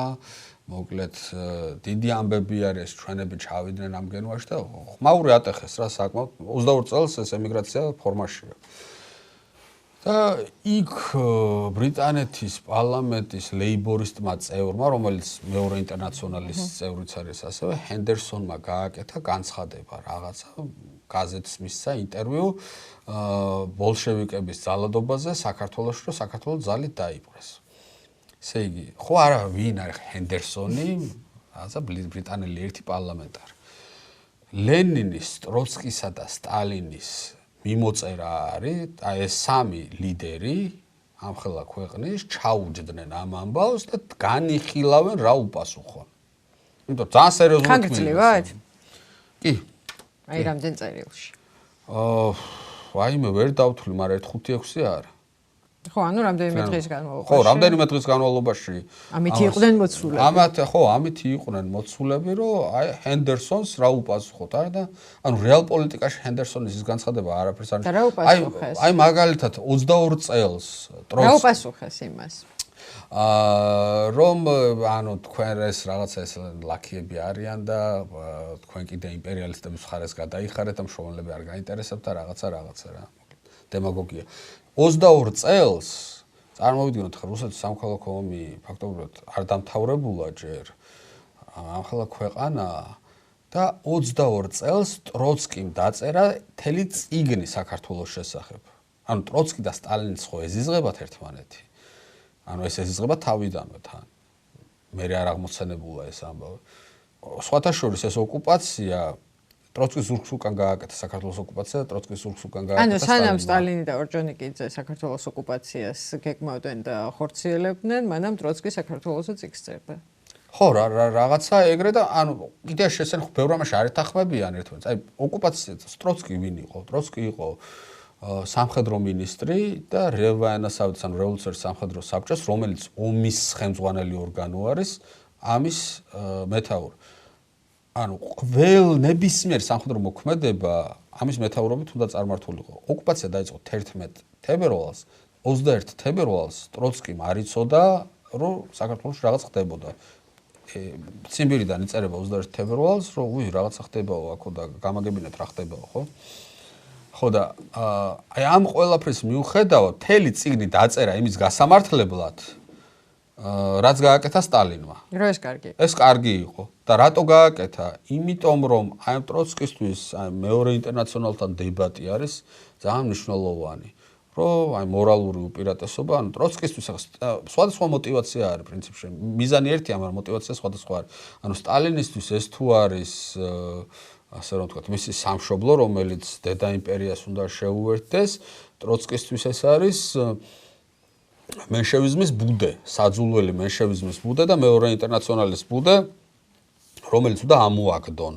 ტროცკი მაგ მოტივით დაწერა მთელი წიგნი. ანუ ეს ყველაფერი ლეგიტიმაციის საკითხებს ეხებოდა, წიგნებს ტროცკი იმიტომ წერდა ოკუპაციის პარალელურად, რომ კი. აი ეხლა მეც გეტყვი. გამართული ქონა და რატო? მეგობარმა გიორგი ასტამაძემ გამოსცა ხა რამდენიმე თვის წინ გამოვიდა არტანუჩი ციგნი საბჭოთა საქართველოს ქრონიკები. აი მანდარი ლეგიტიმაციის ამბავი, ხო? გერმანელი დიპლომატის. ხო, გერმანელი დიპლომატის ვიცე-კონსულის ანუ ოკუპაცია რომ მოხდა ეს მთელი დიპლომატიური корпуსი გავიდა, დარჩნენ მხოლოდ გერმანელები და იტალიელები. და ეს ვიცე-კონსული ამბობს, რომ ხიზილალებს გვიზიდავდნენ, ანუ შიმშილი იყო თბილისში და აი ყოველ დღიურად პროვიზია მოგდიოდა და ხიზილალები მოკონდა საბჭოთა ხელისუფლებას, საბჭოთა ქართულ ხელისუფლებას, რომ აი თქვენ არო დარჩით, როგორი მადლობლები ვართ და ამბავი და რაღაცა და მე ახლა ჩვენ ცალკე უნდა მე დაიწყო შემდეგი ეტაპი, რომ დარჩით კაი ბიჭები ხართ. კარგად მოიქცეთ, მაგრამ ახლა უკეთ უნდა მოიქცეთ. ეხლა რაში გამოგვადგეთ? ეხლა უნდა გვაღიაროთ და აი ამ აღიარებაზე და აი დღეს რაც მაგრამ ხიზილალაც მე მგონი მაგისი როგორც მე აღვიქვი, მაგისი ნაწილი იყო, რომ თუ რამდენიმე ევროპული ქვეყნის წარმომადგენლობა საელჩო ისევ არსებობს, ესე იგი ჩვენ კარგი ხალხი ვართ, ლეგიტიმური ხელისუფლება ვართ, იმიტომ რომ ისინი ვინც წავიდნენ, მაგ არგუმენტით წავიდნენ, რომ აქ სახელმწიფო აღარ არის და მაშინ ჩვენ რაღა გვესაქმება. კი, აბსოლუტურად. ეგ იყო, რომ რო დარჩით, ესე იგი რო დარჩით და გვაღიარეთ, აი ხიზილალა. აი ხიზილალა თქვენ, მაგრამ ახლა ოფიციალურად უნდა დაწეროთ, რომ გვაღიარებთ და თუ არ დაწერთ, ამას პრობლემები შეგექმნებათ და ეგ არის ძალიან საინტერესო, მე რა პრობლემები შეექმნათ, იმიტომ რომ ხო არ აღიარეს. ხო, პრინციპში 22 წლის ამას ქვია საკონსულო კრიზისი. ავიც ახლა იმიტომ რომ ელჩების დაბარებები ახაც ხდება და ხუმრობდი რომ ახლა ჩვენ ვართ საკონსულო კრიზისის ორში, იმიტომ რომ 22 წელს იყო ის საკონსულო კრიზისი, სადაც აი მაგალითად გერმანიის ელჩი რაუშერი ბოლოს რო ვეღარ გაუძლო და გადიოდა ქვეყნიდან 22-ის დასაწყისში ეს გაუშვეს და ცოლი არ გაუშვეს და 3 თვე ცოლი აქ იყო დაკავებული ცალკე. იქ რაღაცა პროვოკატორების შეგზავნა და ფალური ჩხეკები და საკონსულოს პროფესორ საელჩოს თანამშრომლების დაკავება და ასე შემდეგ. ანუ ყველანაირი დისკომფორტის შექმნა, რაც ახლა პრინციპში მე მაგრამ ეს ყველაფერი იმიტომ რომ ლეგიტიმაცია კი, რომ თუ ამას მოგცევთ, მე უკვე ყველაფერი შეიძლება რა. და როდის მოიხსნა ეს დღის წესრიგიდან, როდიდან აღარ აზარდებდა საბჭოთა ხელისუფლებას ლეგიტიმური იყო თუ არა, თუ ოკუპანტი? 22 წელს რამდენიმე რა მოხდა, ერთი რომ ამ ქართულ საქმეში გაიმარჯვა ცენტრიდანულმა ძალებმა, ანუ სტალინ ორჯონიკიძემ გაიმარჯვეს 22 წლის ბოლოს და ესენი უკლონისტები ჩამოაშორეს ხელისუფლებას 22-ის ბოლოს საბჭოთა კავშირი იქმნება, მაგრამ გვახსოვდეს ხო რომ 22 წლის 30 დეკემბრამდე ჩვენ გვაქვს საბჭოთა რუსეთი, საბჭოთა საქართველო, საბჭოთა კავშირი მანამდე არ არის. საბჭოთა კავშირი იქმნება და აღარ პოზიორობს რა უკვე რაღაცა ეს წმენდებიც დაწყებული არის. საბჭოთა კავშირის შექმნამ მოაგვარა ლეგიტიმაციის პრობლემა. ხო, ჯერ იყო ამიერკავკასიის საბჭოთა სოციალისტური რესპუბლიკა, თუმცა იქ რაღაცა ელემენტები ჩნდებოდა, რჩებოდა კვაზი დამოუკიდებლობის, მაგრამ აი უკვე საბჭოთა კავშირის შექმნამ და ხელისუფლებიდან ამ ტიპების ჩამოცილებამ პრინციპში საბოლოოდ დახურა ეს საკითხი და 23 წელს აღარავის აღარ ადარდებდა ანუ ცალკე საქართველოს აღიარება, იმიტომ რომ ცალკე საქართველოს პრინციპში აღარც არსებობდა და თან ამის პარალელურად იწყება საბჭოთა კავშირის აღიარების პროცესი მთელ მსოფლიოში, ანუ ხო, არ მოგწონს, მაგრამ ეს არის რა და ეხლა გვინდა არ გვინდა, ახლა ტერიტორია და რაღაც ურთიერთობა უნდა გქონდეს. ანუ თეორიულად რო დაუშვათ რუსეთი თუ რუსეთი აღარ იქნება და რაიმე დიდ გაერთიანებას შექმნის, რაზეც პუტინი ოცნებობს და თქვა ღიად უკრაინაში ომის დაწყების საწყის ეტაპზე და მასში რამდენიმე ქვეყანას გააერთიანებს, იმ ქვეყნის მთავრობებს შეიძლება ამითი მოეხსნათ ლეგიტიმაციის პრობლემა, თუ ეგრე ისტორიას ვერ გადმოვიტანთ. ანუ ძალიან ჰიპერბოლიზებული წარმოდგენა ეგ. პრინციპში თუ დაუშვებთ იმას თეორიულად, რომ კიევი მართლა 3 დღეში დაცემულიყო და კიევი ნამდვილად არ იქნებოდა ბოლო დედაქალაქი, სადაც რუსეთი შეიჭრებოდა ასეთ შემთხვევაში,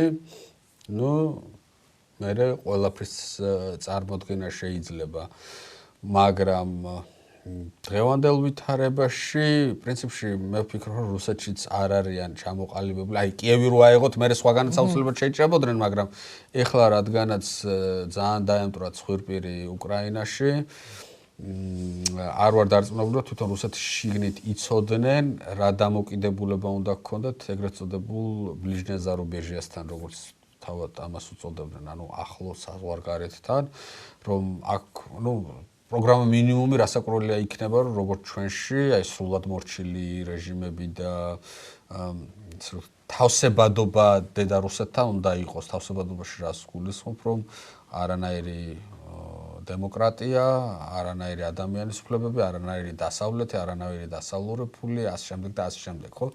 არანაირი ინიციატივა. ხო, ეს ყველასთან იქნება ეს მოთხოვნა და თქვათ მე შეიძლება ფორმალურად ადგილზე ხელისუფლება ყავდეს, ან შეიძლება უფრო შორსაც წავიდნენ, იმიტომ რომ მე მახსოვს აი შეჭრის პირველი დღეები იყო თუ პირველი კვირა, როცა არ ვიცით რომ კიევი დაეცემა თუ არ დაეცემა და დიმიტრი მედვედევი, რომელიც ესე წამოაყრანტალებს ხოლმე, ანუ ჟირნოვსკის ადგილი დაიკავა მედვედევმა, ხო? და მედვედევის ტელეგრამ არხზე გაჩნდა პოსტი, სადაც ეწერა, რომ შემდეგი იქნებიან ყაზახეთი და საქართველო, იმიტომ რომ ეს მიწები რუსული ჯარისკაცების სისხლით არის მორწყული და სხვა და სხვა და მე უცებ აღმოჩნდა, რომ 3 დღეში არ ეცემა ეს კიევი და შემდეგი ჯერ არ არის მოსანიშნი. ხო, არ არის მოსანიშნი და მერე წაიშალა ეს და განცხადება გაკეთა, რომ დიმიტრი ანატოლიევიჩს გაუტეხეს ტელეგრამი. და იქვე იყო იმ დღეებშივე უпроსროთ ომის დაწყებამდე ხო 24-ში ხო დაიწყო და 21-ში და 22-ში 2 საათიანი ერთხელ 1 საათიანი ერთხელ კიდევ 1 საათიანი ლექციები ქონდა პუტინს აი ომს რო აცხადებს რომ რატო და როგორ და ამ ლექციებში სხვათაშორის გაიხსენა ეს პერიოდი რა 21-22 წლები გაიხსენა და საყვედურობდა ლენინს რომ ეს ცალკე რესპუბლიკებია უნდა შეექმნაო მაგასო სტალინიო კაი ბიჭი იყო, სტალინს ავტონომიზაცია უნდა და ანუ რუსეთის შიგნით უნდა ყოფილიყო ეს ყველაფერიო. და მე სტალინსაც უსაყვედურა რომ ლენინსა გარდაცვალების მერე რატო არ გააკეთეო ისე როგორც გინდოდაო, მაგრამ ეტყობაო იფიქრაო რომ ჩორცნიმო რა როგორც არის ისე იყოსო, ვინ გვეცილებაო და აი ახლა წინ დაგხვდა. ეხლა მე მაგ გართულებული საქმე. ეხლა მე მაგ გართულებული საქმეო და ეს არის გამოსასწორებელი. ანუ ომის დასაწყისში ცხადი იყო ამკაც რა უნდოდა, ხო? ამას უნდა რომ რუსეთის ფედერაციის შიგნით იყოს უკრაინა, საქართველო, ყაზახეთი და რა ფორმალურიც ისიც არ იყოს, მაგრამ ერთი არა გინდა, გავიგე რომ ეგ გინდა, მაგრამ რეალური შესაძლებლობა თუ ექნება მაგას რუსეთს, კი ბატონო გააკეთებს, მაგრამ აი მართლა ობიექტურად რა უკრაინის ჯარი, არა მხოლოდ საქართველოს, არა მხოლოდ მოლდოვას, არა მხოლოდ ბალტიის რესპუბლიკებს, რა ვის აღარ იფარავს. თელ სოფლიოს იფარავს ხა უკრაინის ჯარი აი ამ სიგიჟე იმპერიალისტური იდეებისგან. და ვინაიდან უკრაინაზე გადავედით, ჩემი ერთ-ერთი კითხვა ზუსტად ეგ იყო, რომ ხა უკრაინის მაგალითი აჩვენებს სწორედ იმას, რომ ომში ძალიან მნიშვნელოვანია რა ხდება ფრონტზე და მაგაზე მნიშვნელოვანი ალბათ დიდი არც არაფერი არ არის, რამდენად თავგანწირული ბრძოლა შეუძლია საზოგადოებას, არა მხოლოდ სამხედროებს, იმიტომ რომ ხა ესეთ გრძელ ომში სამოქალაქოების ჩართულობაც მნიშვნელოვანია, მაგრამ მეორეა, როგორია გარემო, რომელიც საბოლოოდ თამაშობს როლს იმაში, გაიმარჯვებენ თუ არა კარგი მეომრები, ხო და თავგანწირული ადამიანები და მათი ქვეყანა დარჩება თუ არა დამოუკიდებლად. საქართველოს შემთხვევაში ამ პირველ რესპუბლიკაში რაღაც პირველ დამოუკიდებლობის გამოცხადებისას გონია რომ ზურგის ქარი ჩვენსკენ ქროდა და რაღაც გამოგვივიდა დამოუკიდებლობის გამოცხადება და 3 წელიწადში აღარ ქროდა ეგ ზურგის ქარი. როგორ განაპირობა კონტექსტმა, რომ გაუქმებულიყო საქართველოს დამოუკიდებლობა? შევხედოთ ეს რამეს. რუსეთის იმპერია რო დაინგრა 17 წელს, მის ნანგრევებზე აღმოცენებულმა მხოლოდ 6-მა სახელმწიფომ მიიღო დამოუკიდებლობის საერთაშორისო აღიარება, იურიდიული აღიარება. ეს იყო ფინეთი, პოლონეთი, ბალტიის 3 რესპუბლიკა და საქართველო. 6 ქვეყანა მხოლოდ. ამ 6-დან 1921 წელს მხოლოდ საქართველოს ოკუპაცია ხდება. ბალტიის 3 ქვეყანა 40 წლამდე იარსება, ფინეთმა იომა მერე და შეძლო დამოუკიდებლობის შენარჩუნება და პოლონეთი კომუნისტური რეჟიმი დამყარდა პოლონეთში 45 წლის შემდეგ. მაგრამ საქართველო იყო ერთადერთი, რომელიც 21 წელს დაიპყრო რუსეთმა. რატომ ხდება ეს ამბავი? ანუ რამდენიმე ფაქტორი. მთავარი ფაქტორი აქ არის რეგიონი. ანუ სამოქალაქო ომი რომ მიდის რუსეთში, ხო, დაიწყო რომელიც 18 წელს 1918 წელს და რუსეთს დროებით ჩვენთვის არცალია, მაგრამ ყველამ ვიცით, ხო, აქაც ვიცით, ევროპაში ცხადია, ყველასთვის ცხადია, რომ ეხლა ეს ომი საუნდამოდ ვერ გაგრძელდება, ან წითელი გაიმარჯვებს, ან თეთრი გაიმარჯვებს და რომელმაც არ უნდა გაიმარჯვოს, დაბრუნდება ამის წასაღებად. ეხლა საქართველოს ძალიან პატარა არის იმისთვის, რომ რუსეთს ხანგრძლივადიან პერსპექტივაში ომი მოუგოს და მარტომ სამხედრო თვალსაზრისით გაიმყაროს დამოუკიდებლობა. ამიტომ გვჭირდება ის, რომ დასავლეთის უსაფრთხოების არქიტექტურაში ჩაუჯდეთ, რომ დასავლეთმა თქვას, რომ აი მე მინდა ეს იყოს დამოუკიდებელი. და იყო ეგეთ ხალხი დასავლეთში, პირველ რიგში ალბათ ბრიტანეთის საგარეო საქმეთა მინისტრი კერზონი, რომლებსაც ეს უნდოდათ. მაგრამ საქართველო არის ძალიან პატარა ქვეყანა იმისთვის, რომ ცალკე აღებული რამეთ ღირდეს. ჩვენ კი უნიკალური კულტურა ვართ, ქართველები ვართ, ყველაფერი, ჩვენი ქვეყანა გვიყვარს, ჩვენი ენა გვაქვს, ჩვენი დამწერლობა, ყველაფერი გვაქვს ჩვენი, მაგრამ ამას რო შეხედავ დიდი სახელმწიფოს თვალით, ამას უყურებ შენ, რომ კავკასია, ეს რეგიონი სადაც რაღაცა ნავთობსადენი გადის და ეს ნავთობსადენი თუ გინდა აზერბაიჯანიც გინდა ანალოგიურად, რუსეთისკენ უნდა დავიცვათ, ესე იგი რუსეთისკენ თუ უნდა დავიცვათ, ესე იგი აზერბაიჯანიც გვინდა, იმიტომ რომ აზერბაიჯანში თუ ჩამოვიდა რუსეთი, მერე საქართველოში ძიულად გადმოვა. მოიცადე ახლა მე ეკონომიკა უნდა ავაშენო აქ, მოიცა საქართველოში 3,5 მილიონი ადამიანი ცხოვრობს და იმისთვის რომ ინვესტიციები იყოს სარფიანი, მთელი რეგიონის მოსახლეობა 17 მილიონია, მოდი მთელი რეგიონის მოსახლეობაზე გავაკეთოთ აქცენტი.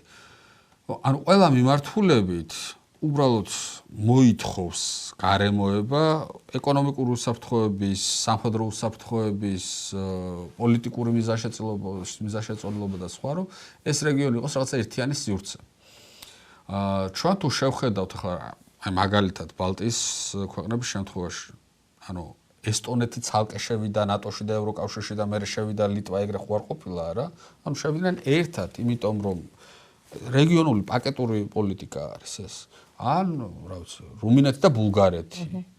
სხვადასხვა ენაზე ლაპარაკობენ საერთოდ. ის ლათინური ენა არის, ეს სლავური ენა არის, ხო? მაგრამ არა, გეოგრაფია არის ეს, რომ ერთობლიობას მოითხოვს. კავკასიის შემთხვევაში ის ამბავია, რომ მთელი ამ 18-20 წლების მანძილზე კავკასიის რესპუბლიკებს შორის, განსაკუთრებით სომხეთსა და აზერბაიჯანს შორის არ შეწყვეტილა ომი. ერთი მხრივ იყვნენ ამ დამოუკიდებლობის მომხრეები, რომლებიც გვეუბნებოდნენ, რომ თუ გინდათ რომ დაგეხმაროთ, თუ გინდათ რომ ეს იარაღი მოგცეთ, შერიგდით, რაღაცა გააუქმეთ ეს საბაჟოები, ერთიანი პოლიტიკური ეკონომიკური სივრცე შექმენით.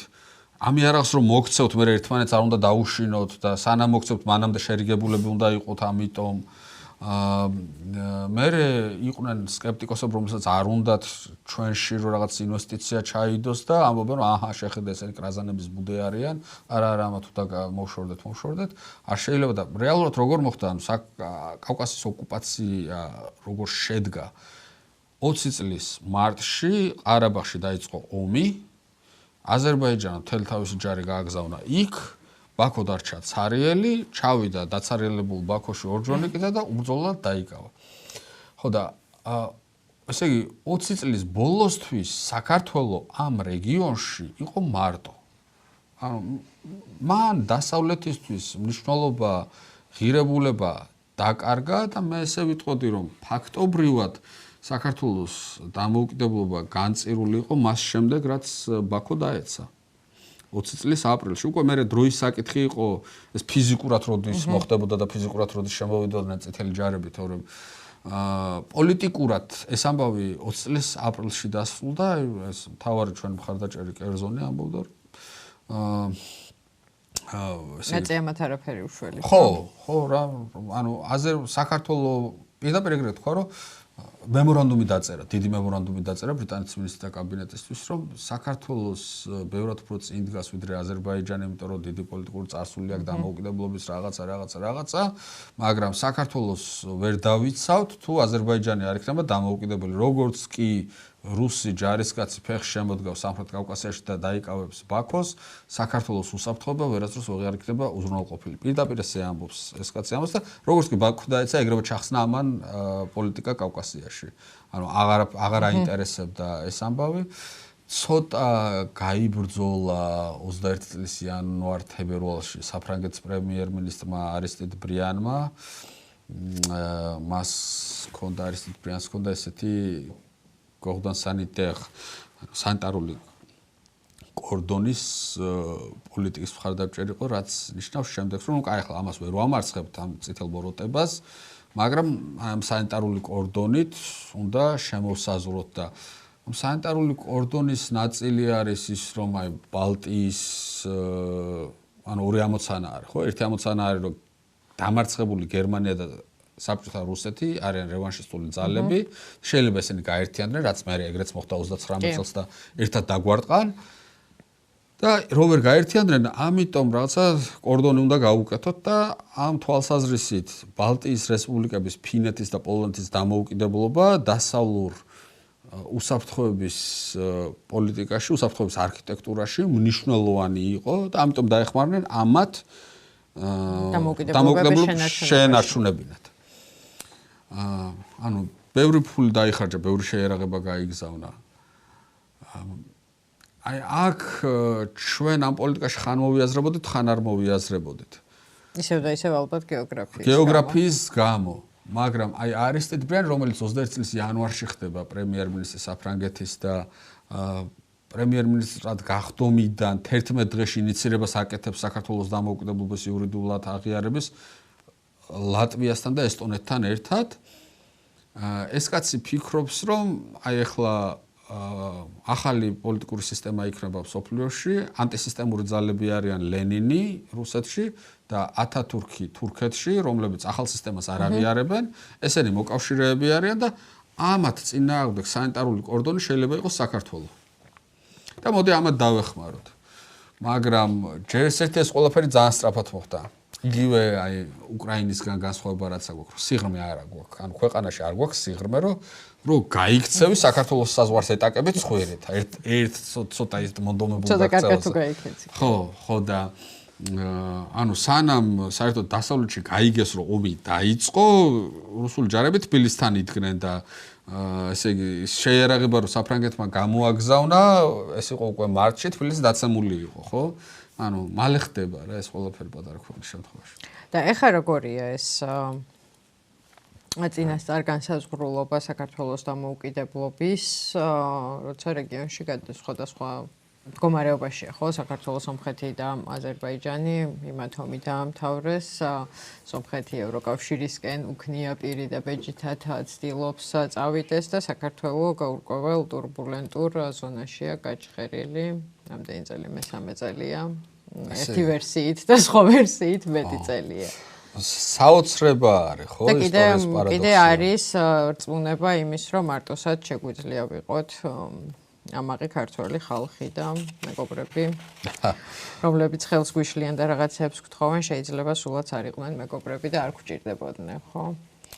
პარადოქსი ისტორიის, ვინ იფიქრებდა ამას, თუნდაც რამდენიმე წლის წინ, რომ საქართველოს ერთადერთი ქვეყანა არის რეგიონში, რომელიც არ არის ამერიკის სტრატეგიული პარტნიორი. იმიტომ რომ სომხეთმა და აზერბაიჯანმა მოაწერეს ხელი, ხოლო საქართველოსთან სტრატეგიული პარტნიორობა შეჩერებულია. და საქართველო არის რეგიონში ფაქტობრივად ერთადერთი რუსეთის პოლიტიკის გამტარი ქვეყანა. ერთადერთი, ხო? ხო, ანუ ამას თავისი ობიექტური მიზეზებიც აქვს, იმიტომ რომ საქართველო ბევრად უფრო მოწყვლადი არის სომხეთისგან განსხვავებით, ანუ პირდაპირ საზღვარი გვაქვს. რუსული ჯარები აგერა, როგორც ვთქვით, სადაც ვივართ აქედან 40 კილომეტრში არიან. ხო, ნუ გასაგებია ეს, მაგრამ გაუგებარია ის, რომ აი ამ მიბმულობას, ანუ ამ სუსტ პოზიციას რუსეთისადმი ბოლო 14 წლის განმავლობაში ეს ხელისუფლება აძლიერებს, რომ მაგალითად როგორ აძლიერებს. ეკონომიკური დამოკიდებულება რუსეთზე, რასაც თქვათ 2000 განსაკუთრებით 2006-12 წლებში ვცდილობდით, რომ მაგალითად არც ერთი ბოთლი ქართული ღვინო არ იყიდებოდა რუსულ ბაზარზე და აი თითქოს ის იყო ქართული ღვინო იაპონია და აქეთ ამერიკა და ხო რაღაცა სხვა ბაზრებს ნახულობდა, როცა აი ამ ძველ ოპიუმზე ბჭყალებში შემოაბრუნეს ქართული ღვინის ბაზარი, რუსული ტურიზმი, აი ახლა აეროპორტში რო გახვიდე და ნახო ეს ტაბლო, რა ვიცი, ჩემ ქვეყანაში არ მგონია ხოლმე თავი ამ ტაბლოს რო შევხედავ აეროპორტში, საიდან არის ფრენები. იგივე ნავთობ ექსპორტიორი ქვეყანა რო გავხდით, რო გავაათმაგეთ ნავთობის ექსპორტი, იგივე რომ მე განვარტავ გადამამუშავებელი ქარხნის არქონის მიუხედავად გადამუშავებული ნავთობი არის ექსპორტში 400-ჯერ გაზრდილი თუ არ ვცდები. ბატონო. შემდეგ 14 წელია რომ არც ერთი ჯაშუში არ დაგვიჭერია რუსეთის, ხო? თურმე 14 წელია რუსეთის ჯაშუში არ გამოგზავნია საქართველოში. მან დეშმაკის ადვოკატი ვიქნები და ვიტყვი რომ ეგენი ამბობენ რომ იქნებ იდენტიფიცირება მოვახდინეთ და არ გითხარით რომ დავიჭირეთ თქვენ რა იცით ყველაფერს თქვენ ხო არ გეტყვით დავიჭირეთ და დავსვით ტელევიზიებში ვალაპარაკებთ ჩვენ სასარგებლოდ ალბათ ეგეთ შეიძლება განავრცონ ეგრე ყოველ შემთხვევაში ხელისუფლებამ თავის მომხრეებს დააჯერა რომ რუსეთთან ჭკვიანური რაციონალური და რაღაცა პრაგმატული თუ რაღაცნაირი პოლიტიკის შედეგად რაღაცების მიღწევა შეიძლება და ასე შემდეგ და ასე შემდეგ და სინამდვილეში რასაც ჩვენ ხედავთ არის შემდეგი, რომ რუსეთი რიტორიკას აძლიერებს აფხაზეთთან და ცხინვალთან მიმართებით და მოითხოვს აღიარებას და ეს მოთხოვნა უფრო ხმამაღალი და მჭახე რომ არ არის, მხოლოდ იმის დამსახურებაა, რომ უკრაინა იბრძვის, თორე მერე ბევრად უფრო სუსტის პოზიციიდან მოგვიწევს იმის დაცვა, რომ არ გვაღიარებინონ ეს აფხაზეთი და ცხინვალი. გარდა ამისა, ისაფრთხე არ არის, რომ არ დავიცვათ ეს პოზიცია და ვაღიაროთ? პროპაგანდამ შეიძლება ყველაფერი გააკეთოს, მაგრამ დღევანდელ დღეს ყოველ შემთხვევაში ქართული ოცნების მომხრეებიც არ არიან ინფორმაციულად მომზადებულები იმისთვის, რომ ნეიტრალიტეტისთვის ამზადებენ კი ბატონო და ეგ შეიძლება, მაგრამ არ არიან მომზადებულები იმისთვის, რომ ასე ცხინვალის და აფხაზეთის აღიარებას მოაწერონ ხელი და ამით კმაყოფილები დარჩნენ და თან პარალელურად ჩვენ ხედავთ, რომ რუსებზე უფრო რუსულ ჯგუფებს საიდან რომელი ნაფტალინიდან ამოიღეს არ ვიცი და იგორ გიორგაძე არის ბოლო პერიოდში გააქტიურებული, იქ ყოფილი მოკრივე გიორგი კანდელაკი, რომელიც ბოლოს რომ დაეწყნარებინათ ციხეში ჩასვეს, იქ მამუკა ფიფია ქვია ხო იმ კაცს, ეს არის ძალიან გააქტიურებული. მოკლედ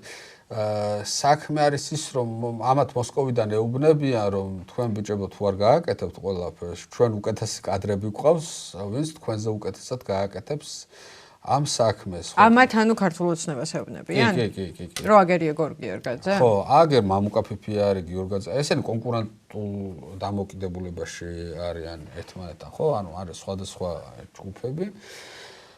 და მთლიანობაში ანუ არ არსებობს, კონსტანტინ ზატულინმა თქვა ეგეთი რაღაც, რომ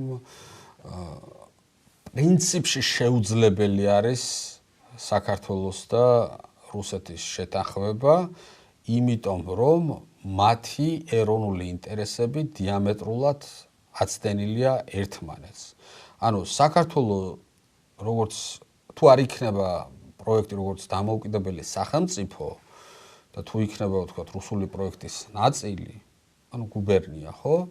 კი ბატონო, მაგრამ თუ ჩვენ გვინდა დამოუკიდებელი სახელმწიფო, რუსულ პროექტს აცდენილები ვართ ყველა ვარიანტში და ანუ იმის იმედად ყოფნა, რომ ამას მივცევ რუსეთს და ის მეც არ მოიტოვს, არის ანუ სრული სიბრიყვე არის და ამის შედეგები კარგად რომ არ ჩანს ჯერ საქართველოში, მხოლოდ ისევ და ისევ უკრაინის არმიის დამსახურებაა, რომ რუსეთი იქ არის ჩაფლული და ღმერთმა ქნას, რომ იქვე ჩაიქცეს და ვეღარ ადგეს, მაგრამ ღმერთმა უქნას, რომ მერე ამ დასუსტებულ პოზიციაში მოგვიბრუნდეს იმ ქვეყანაში, სადაც ეკონომიკა მთლიანად რუსეთზე არ მიბული, იმ ქვეყანაში, სადაც ჯარზე და თავდაცვაზე არაფერი არ დახარჯულა 14 წლის განმავლობაში, ანუ ციფრები რო ვთქვათ, ხო?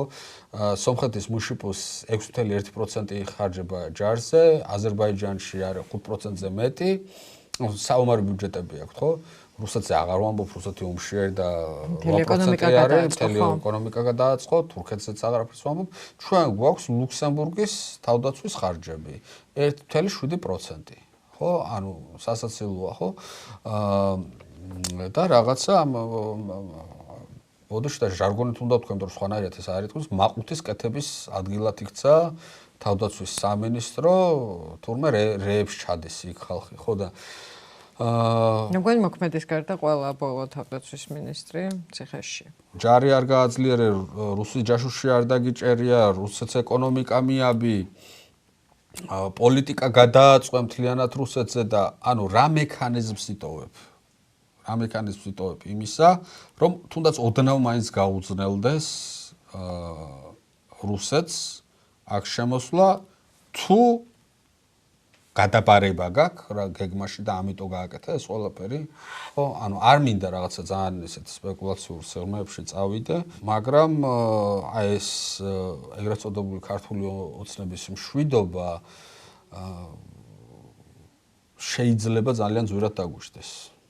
ბოლოს ვიკითხავ განათლების რეფორმაზე. ეს არის მეგონი მნიშვნელოვანი პროცესი, რომელიც მათ შორის შეეხება იმას, როგორ ისწავლიან მოდერნო თაობები თუ ჩვენ ხელა ადამიანები თუ კი ამ ასაკში გადაწყვეტენ ისტორიის შესწავლას, თანამედროვე ისტორიას, ხო და ბევრ სხვა რამეს შეეხება. მაგრამ ამ შემთხვევაში ისტორიაზე ვილაპარაკოთ, ვინაიდან თანამედროვე საქართველოს ისტორიის სამაგისტრო პროგრამის ხელმძღვანელს ველაპარაკები, ხო, ილიონის. და ეს არის პროგრამა, რომლის ლექტორების დიდი ნაწილიც და სტუდენტებიც მერე მჭიდრო კავშირში არიან საერთაშორისო ინსტიტუციებთან და მოქმედი პოლიტიკური დღის წესრიგი რაღაცნაირად საერთაშორისო იზოლაციისკენ მეტ მიდრეკილებას აჩენს ვიდრე ღიაობისკენ სურვილს, ხო? დღეს უკვე ანუ აი ეს ინა ნაწილებში რაც ვილაპარაკეთ, რომ თავსებადობა რუსეთთან აუცილებელია, ამ თავსებადობის ნაწილი იყო მაგალითად შინაგან საქმეთა სამინისტროს არქივის დახურვა. შინაგან საქმეთა სამინისტრო ეს რომ წელს დაიკეტა, სულ მოიწოდება ეგ თარიღი არნასუცალში. და რა არგუმენტი? ვარ წარაზე. რეორგანიზირებენ უკვე 3 წელია. ანუ საქმე რა არის, რომ 2022 წელს გამოვიდა რუსეთის საგარეო საქმეთა სამინისტროს ანგარიში, სადაც საბჭოთა კვლევის ლაბორატორია მოსენებული იყო როგორც ცენტრალური ორგანიზაცია. ესე გასანეიტრალებელია, ხო? სოლაბი საბჭოთა კვლევის ლაბორატორია. ეს რუსული კანონით შესაბამო უკაპიკოდ დატოვეს ორგანიზაცია. მაგას განმარტა როაგენტების კანონით. ხო. და ამას დაამატეს ზემოდან ის, რომ რაც უნდა ემუშავა ორგანიზაციას ის არქივი, ანუ საუბარი არის კადების არქივზე და კომპარტიის არქივზე. ეს არქივები დაუკეტეს. ნუ რაღა აზრი აქვს, ხო? ანუ არც ფულია, არც არქივია, როგორ უნდა ემუშავა. შეზღუდვები არის მასო საკმაოდ მასობრივ უცხოელ მკვლევარებზე საქართველოს ეროვნულ არქივში. დაშვებაზე, კი ბატონო, ანუ არა 1, 2 და 3, ანუ ბევრი არის ასეთი, რაც რუსული პრაქტიკა არის ასევე. ეს ბოლოს წლებში ჩინეთ, ხალხი. ბოლოს წლების პრაქტიკა არის ეს. ანუ ეს ამბავი ხო რაც ჩვენ გავაკეთეთ და თანამედროვე საქართველოს ისტორიის სამაგისტრო პროგრამა, ეს არის ვთქვარი, რაღაც საქართველოს ნაკრები თავისი ლეგიონერებით, რა Cambridge-ის, Harvard-ის, Louisiana-ს, Paris-ის, და საქართველოში ვისაც ვთქვათ, საზოგადოების სწავლია, იმუშავია, ეს ყველა ადამიანის არქივები გინახავთ. ხო. შეკრება არის ამ ადამიანების და ინიციატივაზე რა ხა არაფერი ანუ მოწვეულ ლექტორს აქვს 28 ლარი საათში, ხო? უბრალოდ ეს არის მისია, ჩვენ ვიცით რომ ეს მისია აქვს ჩვენს ჩვენს სფეროს, რომ ისტორიოგრაფიის მოდერნიზაცია უნდა მოხდეს საქართველოში და საბჭოთა სკოლის პარალელურად მაინც რაღაცა სხვა სკოლა გაჩნდეს ისტორიოგრაფიაში. ხო და ამას ვაკეთებდით და უცებ უნდა დაიხო. აი წარმოუდგენელი რაღაცა არის. ის რომ ეს რომ რაღაც მე-19 საუკუნეში ეგეთ რაღაც მოუხდარიყო, რომ აი ესეთ პროგრამას აკეთებს ვიღაცა, მერე მოვიდა იმპერატორი რუსეთის და დაახპურად ეს იქნებოდა რაღაც აი მოკლედ რა საქართველოს ისტორიის წიგნებში დაიწერებოდა ამაზე, რომ ეს საშინელება გააკეთეს. აი ახლა ხდება ეს ჩვენ თავს ხდება ახლა რომ ადამიანებმა არ მხოლოდ თანამედროვე საქართველოს ისტორიის სამაგისტრო პროგრამაზე საუბარი არის, ჩვეულებრივი პროგრამა არის ფილოსოფია, ანთროპოლოგია. მე პროგრამების საბუნებისმეტყველო სინათხოველია 10%. არაჩვეულებრივი პროგრამები არის GGG 92. არაჩვეულებრივი პროგრამები არის, რომლებიც აი წავედით, ვისწავლეთ, ვივიღეთ განათლება, ანუ თეგდალეულების იდეა რაც იყო რა, რომ მე აქ ჩამოგაგშენ და ამას ნერგავ, ხო? რომ ამეთი ვერ მდიღდები რაღაცა არაფერი, გარდა იმისა, რომ შენ შინაგანი განცდა გაქვს, რომ ეს ამას აკეთებ და ეს უნდა გააკეთდეს, არაფერი სხვა კმაყოფილება აქედან არ არის. და ნუ აი უბრალოდ რა რომ რეჟიმი არის, რომელიც ამბობს, რომ ეს არ შეიძლება. ისტორია, ისტორიოგრაფია საერთოდ ავტორიტარულ რეჟიმებში და ასე იყო საბჭოთა 70 წლის მანძილზეც ბუნებრივია არის სამოფხმარებლო დარგი, ანუ რეჟიმი მოიხმარს მას თავისი ლეგიტიმაციისთვის. და არის ისტორიოგრაფიის გენერალური ხაზი, არიან კარის ისტორიკოსები, რომლებმაც უნდა თქვან ეს, უნდა გააკეთონ ეს, მათ იქნება ტრიბუნა, ალტერნატიული ხმები რაღაცა არ უნდა იყოს. ხო და აქ მივდივართ რა. აი აქ მივდივარ და არაერთია და მე საბოლოო ჯამში რაზე დგას, ხო რომ მე ვერ მოვდივარ და ვერ გეუბნები რომ პენსიას მოგიმატებ, რაღაცა სოციალურ დაცულობას გავაუმჯობესებ, ეკონომიკური რეფორმები იქნება, რაღაცა ოპციის, მაგრამ მოვალ და გეტყვი რომ მე შენ იდენტობას დავიცავ, იმიტომ რომ მანამდე ამ ჩემს კარის ისტორიკოსებს ამოვაქალაქინე ეს პროპაგანდა, რომ რა არის შენი იდენტობა. და არაფერი არ მიჯდება ეს. ეს არის ყველაზე იაფიანი კარტი, რომელიც სანამ არჩევნები იყო არსებობდა ამ ქვეყანაში გეუბნებოდი არჩევნების წინ რომ ამ შენ იდენტობას დავიცავ და აი ეხლა ურჯულოების წინააღმდეგ მივიღეთ კანონი, რომ ურჯულოებს არ გავახარებთ, იმიტომ რომ აი ეხლა ბოლტზე არაბმა ბიჭმა ალნა მომიტანოს საჭმელი, იმიტომ რომ აბოთფილელი აწამეს მე-6 საუკუნეში, ხო?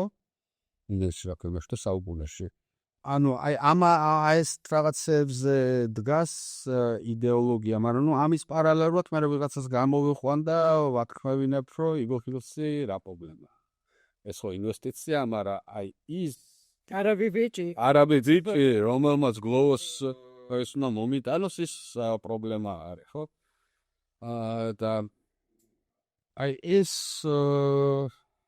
იდეოლოგიის ნარატივის მონოპოლიზაციისთვის აუცილებელი არის, რომ ჰუმანიტარული დარგები და სოციალური დარგები, პოლიტოლოგია, ფსიქოლოგია, ფილოსოფია, ისტორია, ესენი სამომხმარებლო არის. ესენი უნდა მოახმარო რეჟიმის ლეგიტიმაციას. მაგრამ უფრო გლობალურად რომ შევეხოთ ამ ამბავს, ეს არის ის, რომ ავტორიტარიზმები არიან სხვადასხვა ტიპის, მაგრამ ყველას აქვს რაც საერთო, აუცილებელი საერთო. ერთი რომ შემოსავლის წყარო უნდა იყოს კონტროლირებადი, შენ თუ დღის განმავლობაში რაც პატიოსნად მუშაო, ორი მიიტანე სახლში, მე გამოხოდი აქციაზე, რანაირი ავტორიტარიზმი არის, ხო?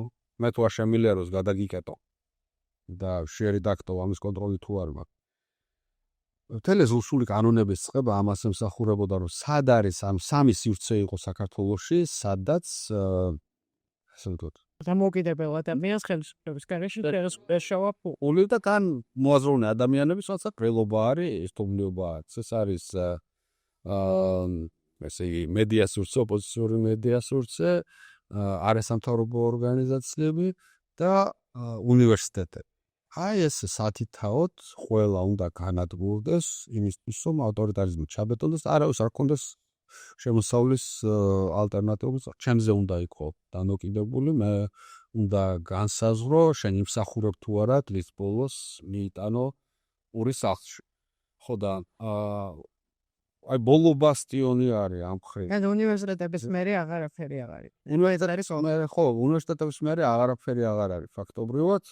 და როგორ აკეთებენ შეხედე ვილიამის ფონ კანონებით ხურავენ დეკრეტებით შეიძლება ითქვას აი ჰიტლერის დეკრეტებით მართავდა გერმანიას აი ხო დეკრეტით ხურავენ და კერძო უნივერსიტეტებს ეს ჯერ კერძო უნივერსიტეტებში აღარ ატანენ ბავშვს გრანტს სახელმწიფო გრანტს აღარ ატანს და აი ახლა უკვე აი ამ გლოვების და იმის კანონით კურიერების კანონპოელების თვის სამუშაო საკრძალვის კანონით, რომელიც ბალაშეთის სალაჩი სტუდენტს უცხოელს აღარ ეკონებია ჯიბის ფულის შოვნის შესაძლებლობა და შესაბამისად აქ შემცირდება ჩამოსული უცხოელი სტუდენტების რაოდენობა და ეკონომიკურად უნდა მოკლან, იმიტომ რომ კერძო უნივერსიტეტი ბიზნესია. მაგრამ ეს არ მოკლავს მარტო უნივერსიტეტს, ეს მოკლავს ბევრ რამეს. სინის გამქირავებელს პირველ რიგში ალბათ.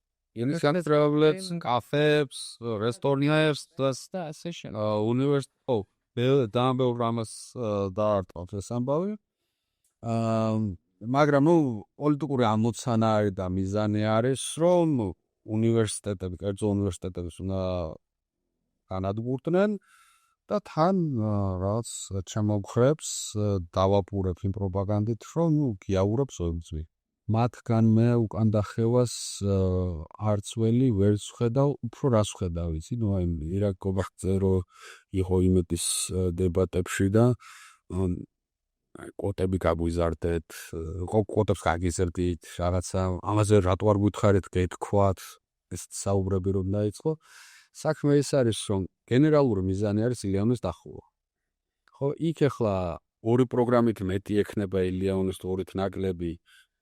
თუ უნივერსიტეტი დაიხურება და ასე ვთქვათ, ინტელექტუალების თავშეყრის სივრცე აღარ იქნება ის, რომლებიც არ ეთანხმებიან ხელისუფლებას, არ აქვს ამას მნიშვნელობა, რომ რაღაცა კონკრეტული პროგრამა 5 ადამიანით მეტს მიიღებს თუ ორით ნაკლებს. და მე ამ ყველაფერს დაარქვენ იმას, რომ ხო ხედავთ, რომ დიალოგში ვიყავით. არგუმენტი მომისმინეთ და გავოზია. ხო, დიალოგში ვიყავით და აი ამ მოლაპარაკების შედეგად გადაწყდა ეს და ყველაფერი არის კარგად და შესანიშნავად და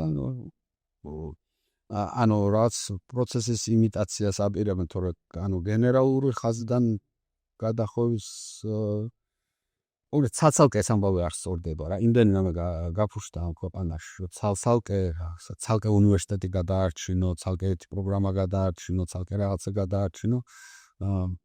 ყველა პროგრამას ერთი ამოსავალი აქვს რა და ეს დადეს როგორც ქართულ ოცნებას და ქართული ოცნებიდან მე გადათხარ რუსეთზე. ვეკა სულ ბოლოს გითხრავ მოკლედ, აი რა თქვი, რომ ქართული იდენტობას იცავს ხელისუფლება უქუსოდ ამ დაპირებით ყვებავს თავის მომხრეებს, სულ მოინტერესებს სხვადასხვა ადამიანისთვის რა არის ქართული იდენტობა. შენ შემთხვევაში რა არის ქართული იდენტობა? მე 30 წელი ვიცხოვრე საქართველოში, თუ რამდენი წელი 32 წელი ვიცხოვრე საქართველოში და მე 6 წელი ვიყავი წასული. თან რას სულად არც ერთხელ ყოფილი ვარ წასული. 3 წელი უთოში ვუშავდი, 2 წელი ჰარვარდში ვიყავი, 1 წელი ოქსფორდში ვიყავი და სულ კარგად ვიყავი რა. ბესარბუჩია, ხო. მაგრამ აი იქ მივხვდი, რომ სახლი არის ერთი და ზედმეტად ბებერი ვარ იმისთვის, რომ მე ოდესმე სახლად ვიგრძნო სადმე, ანუ თავისე ვიგრძნო. სახლში ვარ, ხო? ჩემთვის აი საქართველო არის პირველ რიგში სახლი. აი სადაც ყველაფერი შენია რა, ცუდით შენია და კარგით შენია. ანუ დასაგველიც და დაბინძურებულიც შენია და რაღაცა რომ გიხარია ისიც შენი. ანუ შენ ენაზე ლაპარაკობ, პირდაპირ და გადატანილი მნიშვნელობითაც შენ ენაზე ლაპარაკობ.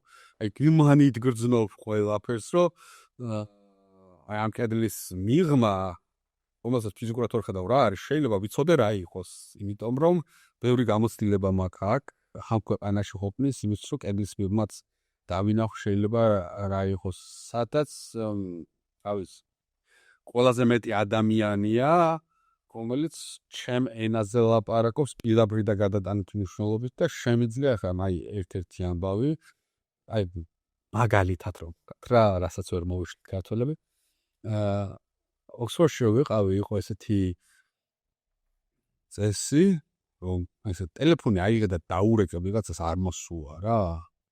ელი უნდა მიწერო და უნდა უთხრა, რომ აი 3 დღეში ამა და ამ საათზე თუ შეიძლება რომ დაგირეკო. მოითხოვ ამ წესის საქართველოში შემოდა. და ურეკა.